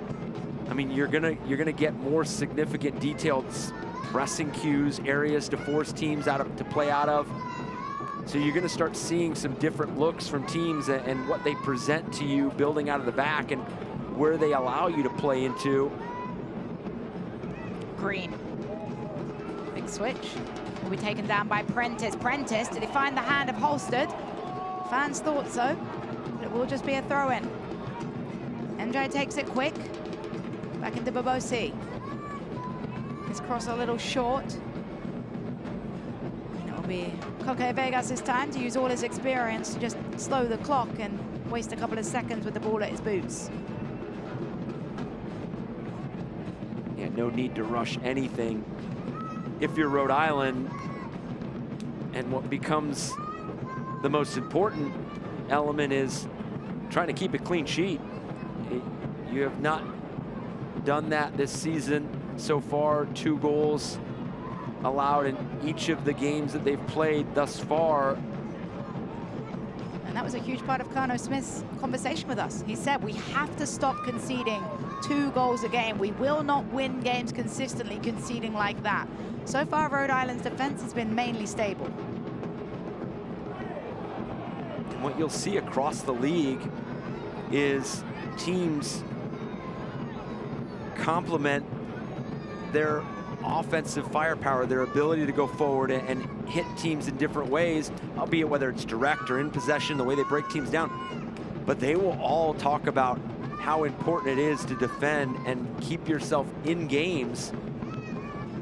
I'm a former goalkeeper, so I will say defenses can win championships, Yep. Eric. And defense travels. Whether you're hitting the West Coast, whether you do not need the ball to be well-structured, well-versed in where you need to be and how you need to do your job. And I think that's where a lot of coaches and a lot of teams put a lot of stock in, is making sure that you're tough to break down, but on top of that, you don't beat yourself.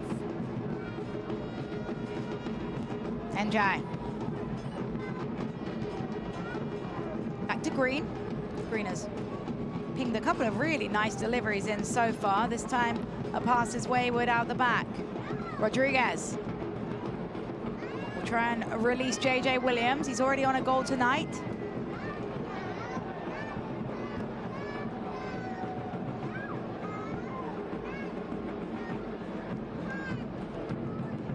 And I think that's where Kanu Smith and his group are going to be the most pleased, is the diversity in which they were able to create some of these chances. Yes, the goals came off one a turnover, another one dispossession at midfield, and then defending their own box, and then the quick transition down the field for the JJ Williams goal. But they've also mixed in a handful of quality free kicks here deep in Oakland Roots territory. And they have another opportunity to do so here as Maxi Rodriguez is joined by Quizera.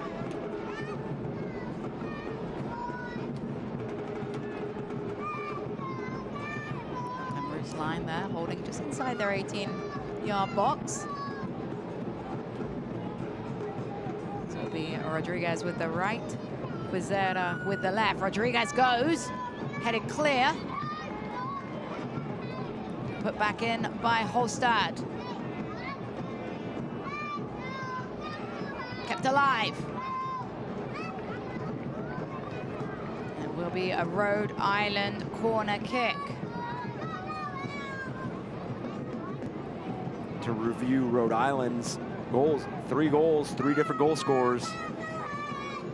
Clay Holstad handed 2 of those goals, scoring 1 and the assist to J.J. Williams. We see Maxi Rodriguez over this corner.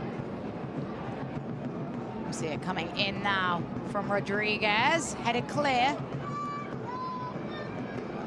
Fuson deflects over the crossbar for a goal kick, and that will enable substitutions to come in now. It will end Danny Gomez's night. Gomez will be replaced by Ali El Masnawi.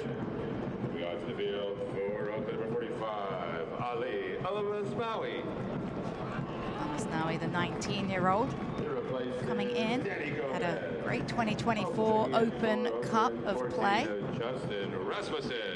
You also see Justin Rasmussen coming in, and you'll remember him, of course, from his bicycle kick worldie. And for Rhode Island, they also make a change with Clay Holstad coming out of the game. He is replaced by Rio Hope Gund, who was signed just yesterday on a 25-day contract from NYCFC.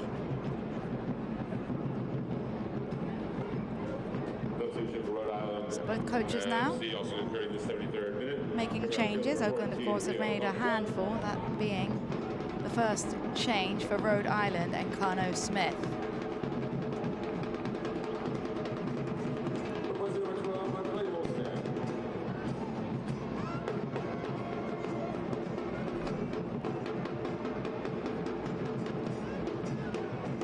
It was Wolfgang Prentice that exited in place of Rasmussen. Wolfgang Prentice had some bright moments, but just didn't find enough opportunities. And the hope will be that Rasmussen can find more looks now. As Sinistera, the foul is pulled back and a yellow card is shown.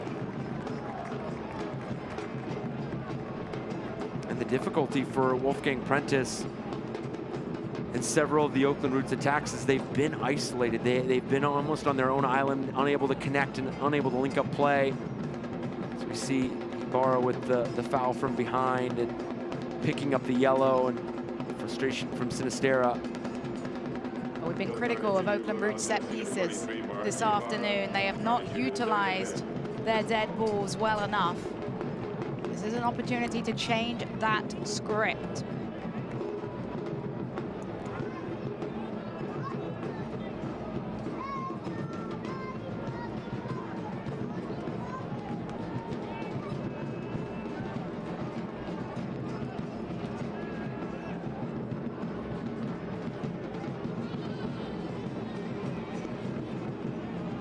Roots with plenty of time to think about this delivery.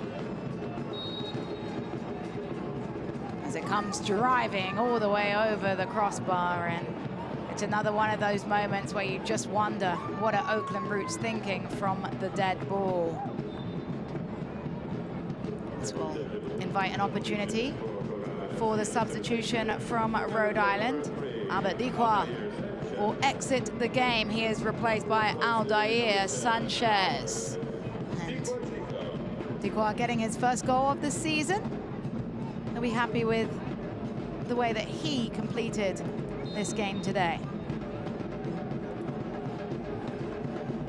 The USL on CBS kicks off tomorrow with 2 former USL Championship title winners battling it out. Join us at 4 p.m. Eastern. An undefeated San Antonio FC takes on Western Conference rival Phoenix Rising FC tomorrow on CBS. Is Rhode Island able to transition quickly up the pitch and earn a corner?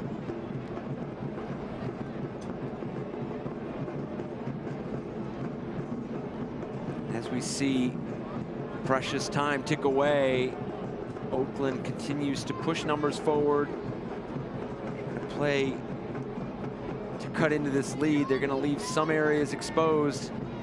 Quick transition to your point for Rhode Island, and then a quick corner earned. And Rodriguez will take it. Rodriguez into a dangerous area. Nobody crashing the back post. Fuson will keep it in. Fuson. His cross is deflected up into the sky over everybody. The header came crashing in onto the top of Kendall McIntosh's net.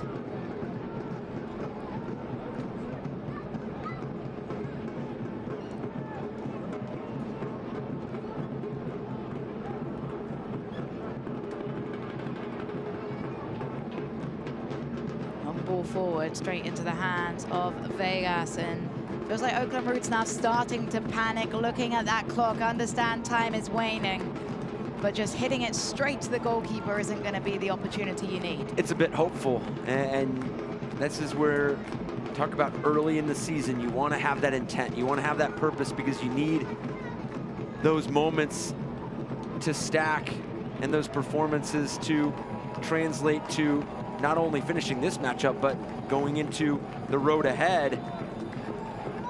You want to have glimpses that you can look at and point to your team that, hey, this is what it looks like when we're doing it right, and when we're in stride and we're collective in what we're doing on both sides of the ball.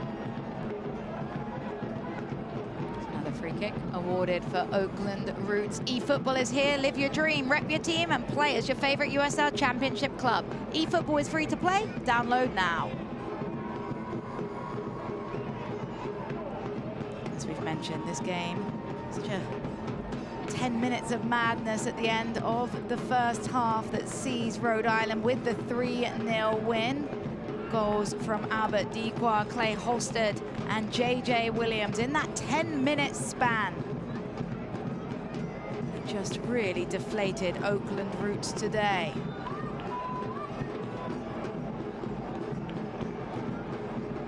We talked about some of the adages in football, the 2-0 lead, the goals change games, but also talking about that first 5 minutes after scoring a goal or conceding a goal being some of the most influential in matches. And that went to Rhode Island today. We saw a couple of looks at the foul on Aldair Sanchez. Physical challenges coming in from EJ Johnson that has led to the free kick. Koke Vegas. Vegas sends this one forward. Target was JJ Williams. Oakland Roots will try and break forward. Further up towards Rasmussen. His first touches since coming on as a sub. Cuts it across to Sinisterra. Sinisterra still with the ball, trying to find an angle for a pass. The strike is blocked away. And then a cheeky little back heel to break Rhode Island forwards. And again, just hopeful. You have a defender right in front of you. Got to find a way to take an extra touch, to move defenders, to create the space. It's an awkward back pass into trouble. Oakland Roots just couldn't settle. It's cut back to Sinisterra, and that was a look. That was an opportunity, and Oakland Roots could not capitalize.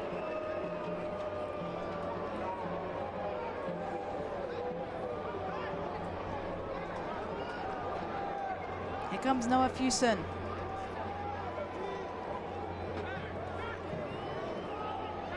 To Rodriguez. Just waiting and assessing.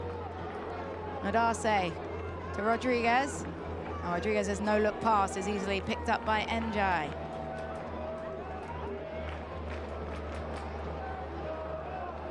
Oakland Roots with just the one shot on target tonight. 5 shots created total.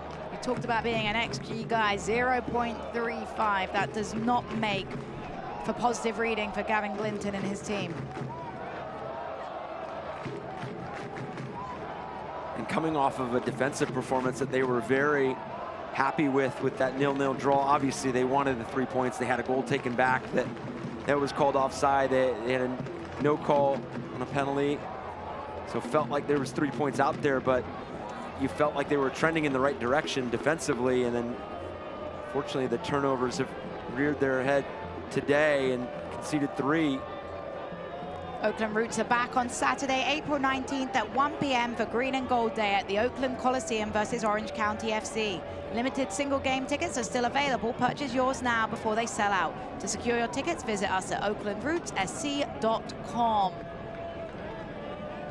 And again, another tough opponent to welcome in to your building. The Coliseum, such a wonderful place to play, and credit to the Oakland Roots fans who, despite a difficult scoreline right now, continue to be vocal. Yeah, just a special place to play. As they look to try and break through and get on the score sheet. They do earn a throw in. Rasmussen heading over to throw this in. Special club and an organization that puts so much into making sure that they are involved heavily in the community. The way they run the club. Johnson is cut down. Free kick, Roots. And this could be a good opportunity if they can get away with what we've seen from set pieces so far this afternoon. Yeah, you need to make sure that this set piece asks a difficult question of Coque Vegas and Rhode Island. We saw the last direct free kick go well over the crossbar. We've seen some of the corners kind of end up either with a foul or easily in the hands of Coque Vegas. Put them under pressure. You still have time here. If you can cut into this lead, you can make this a bit of a frenetic finish to this game, but it starts with executing a dangerous dead ball situation here. Put a lot of numbers in and around the 6-yard box. But you got to get the delivery right here. Rasmussen stands over this delivery. He'll play it short to NJ. He'll set it for Rasmussen! Just over the crossbar, but that was promising.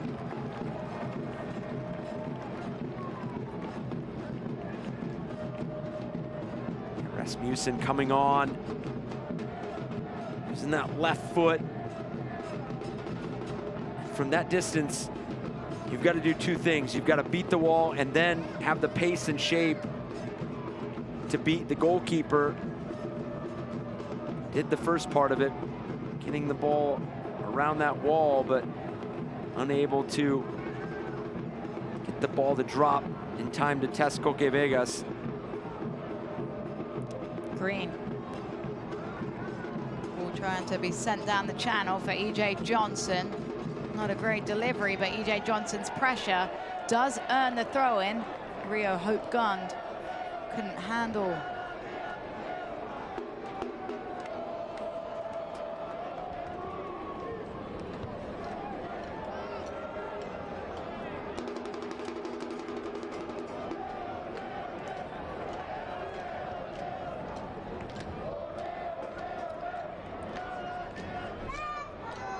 Here come Oakland.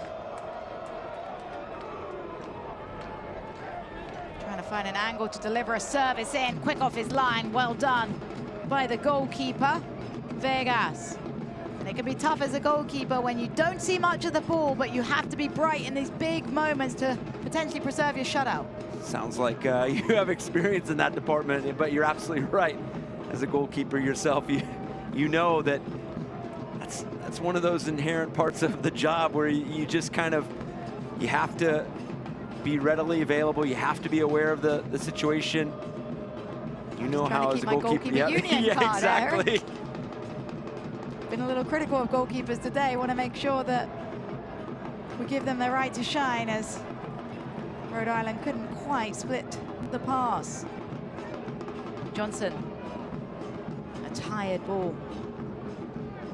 But to add to that, one of the most difficult things to do in this game is, as a goalkeeper, not having heavy involvement and then having to come up big. We see it time and time again at every level. You're asking your goalkeepers to make a massive game-changing save.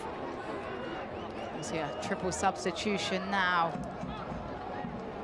As coming into the game are Joe Brito, Imis Shapiro Thompson, and Timu Okioshi. Coming out of the game, Rhode Island FC substitution. Quizera, JJ Williams, and Maxi Rodriguez. So a triple substitution for Kano Smith as he looks to see out this result with fresh legs. Just over 3 minutes of regulation plus stoppage time. A good opportunity for these players to show that they can handle big moments of game management. Yeah, and their depth last year is where they saw that improvement mid-season towards the end and allowed them to make that run. It was that squad rotation, but that purposeful squad rotation, getting players minutes and getting players accustomed to being heavily involved in their role and seeing games out. And I think that's going to be something for Rhode Island that's important, on top of they still have weeks of being on the road. And I know Kanu Smith will not allow that to creep into being an excuse for his team. But the start to this season that they've had, starting at Charleston, a rematch of the Eastern Conference Final, at Phoenix, at Loudoun, now here again on the West Coast to play Oakland, and then now they return home, and then they're at Detroit City, who's looking to bounce back after their loss to Lou City 2-0. And then they have the Jägermeister Cup, where they're at Westchester, and then they do get to open Tidewater Landing on May 3rd as they welcome San Antonio.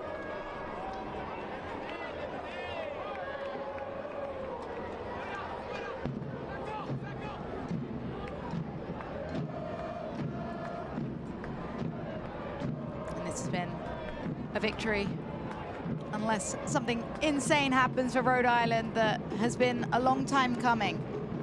And you heard Kano Smith talk about the frustrations of their previous matches, of the disappointment of the way they conceded goals. And today they have had to have some moments of suffering, but as a whole it has been fairly comfortable across the course of 90 minutes. It is. Something that they're going to be pleased with is the balance that they were able to showcase today. They had to weather the early storm from Oakland Roots, playing on the front foot, playing with energy, playing with excitement.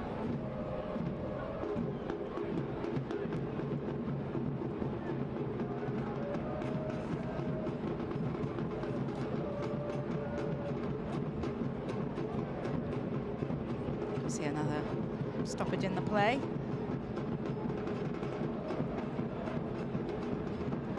Stoppage of play taking place.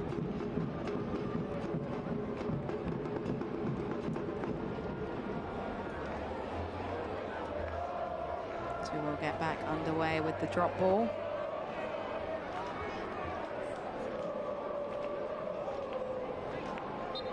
Now back underway now. Okioshi.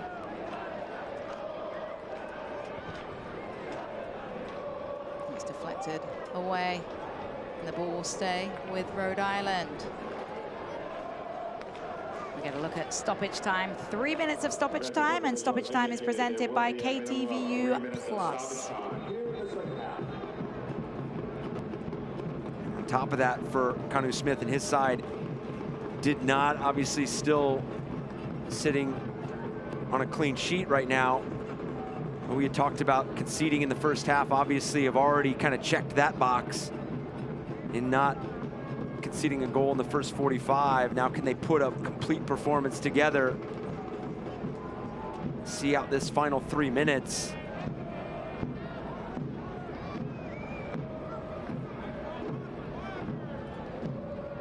It's a long ball forward, is headed back where it came from. Oakland Roots would love a consolation goal. EJ Johnson trying to press that one. Rasmussen heads it back. Masnawi couldn't control. Throw will be looped towards EJ Johnson. He's swarmed by three. Masnawi controls. And a miscue by Rhode Island leads to the throw-in. For Gavin Glinton and the Oakland Roots, they're gonna have glimpses of bright spots. They're going to have moments where they can look back on and build on. The issue becomes is that they just did not sustain those. They were not able to. They started both halves on the front foot with the energy that you needed to play through the lines and create. Obviously, we're not able to create that final moment, as we've seen in some of the shots and the stats. But now, how do you put this all together, and how do you get collective and total involvement? And that'll be a big question for Glavin Clinton to answer, and he'll be well aware that that question needs to be answered sooner rather than later. As you mentioned, bad starts aren't unheard of in teams that are able to turn things around, but you don't want to turn a bad start into a full half-season slump.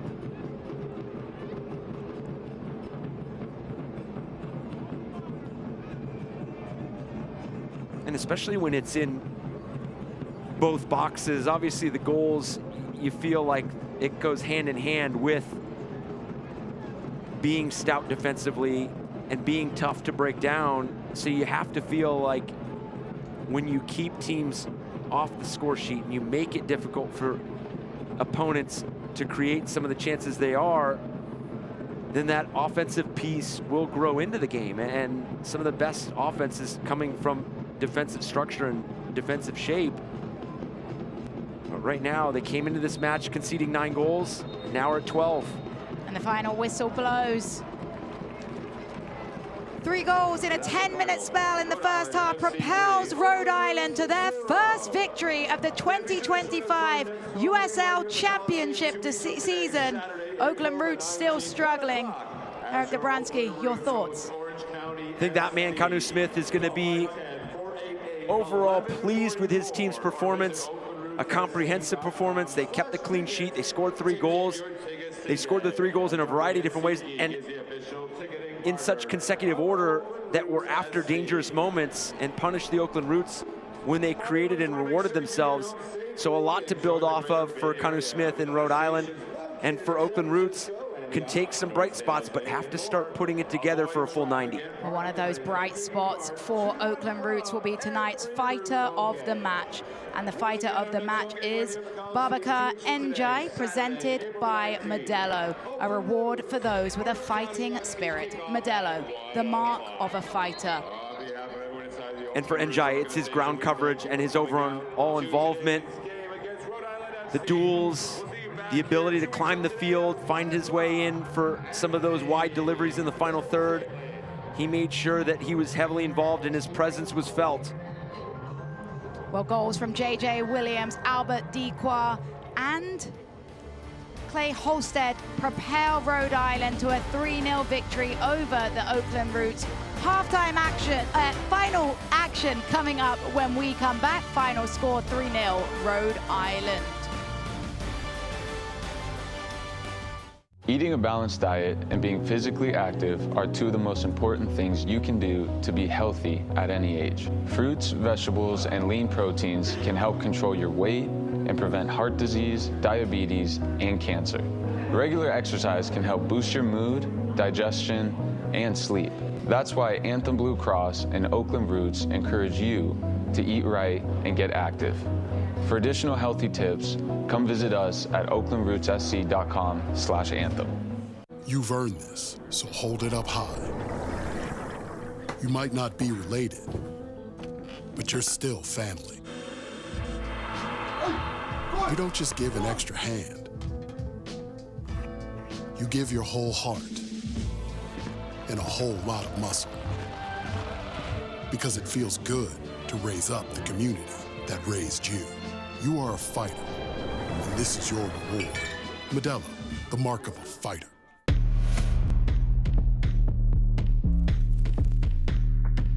Brought down by Gagi, the hero! 1, 2, 3, go!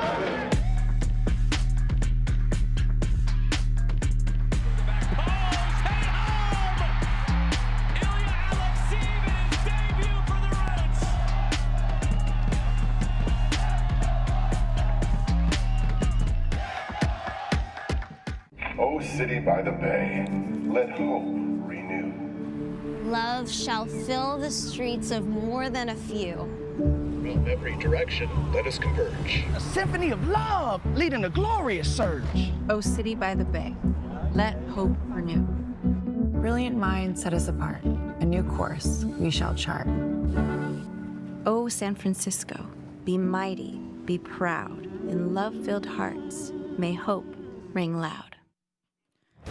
Welcome back to the Oakland Coliseum. Final score, Oakland Roots 0, Rhode Island 0. And your final score is presented by Anthem Blue Cross. Rhode Island 3-0 victors here. And Eric, let's take a look at those 3 goals. It was quite the steady first half of play, but things exploded in the 39th minute. It was, and Rhode Island was able to weather some of the louder chances that Oakland created. You saw one from Wolfgang Prentice and Peter Wilson, and then this turnover by Mohamed, and then the execution by Quizera to deliver this left-footed ball into a streaking Albert Dikwa, who just makes a living in those dangerous scoring areas. And then this ball sprayed out into the half space. JJ Williams unable to find a teammate, but it falls friendly to Maxi Rodriguez, who takes a strike from distance. But it's Clay Holstad that just absolutely punishes this ball into the back of the net, makes it 2-0. And then this wave, this onslaught from Rhode Island to end the half just continued. It went from defending in their box to all of a sudden in one pass, Clay Holstad picking out JJ Williams, who takes this clever touch past Kendall McIntosh and then tucks away one of the easiest goals he'll ever score to make this 3-0 going into the break. And they saw that out and kept the clean sheet. Well, as we say, 3 goals for Rhode Island in a 10-minute span at the end of the first half propels them to their first victory of the season. Bart, thank you for joining us this evening. Oakland Roots and Bart want to make sure you get home. Visit bart.gov/planner to plan your trip. For Eric Dobransky, Jessica Charm, and our entire crew, thank you for watching. Final score, Oakland Roots 0, Rhode Island 3. Thank you for watching. This copyrighted telecast of the United Soccer League cannot be retransmitted, rebroadcast, or reproduced without the express written consent of the United Soccer League.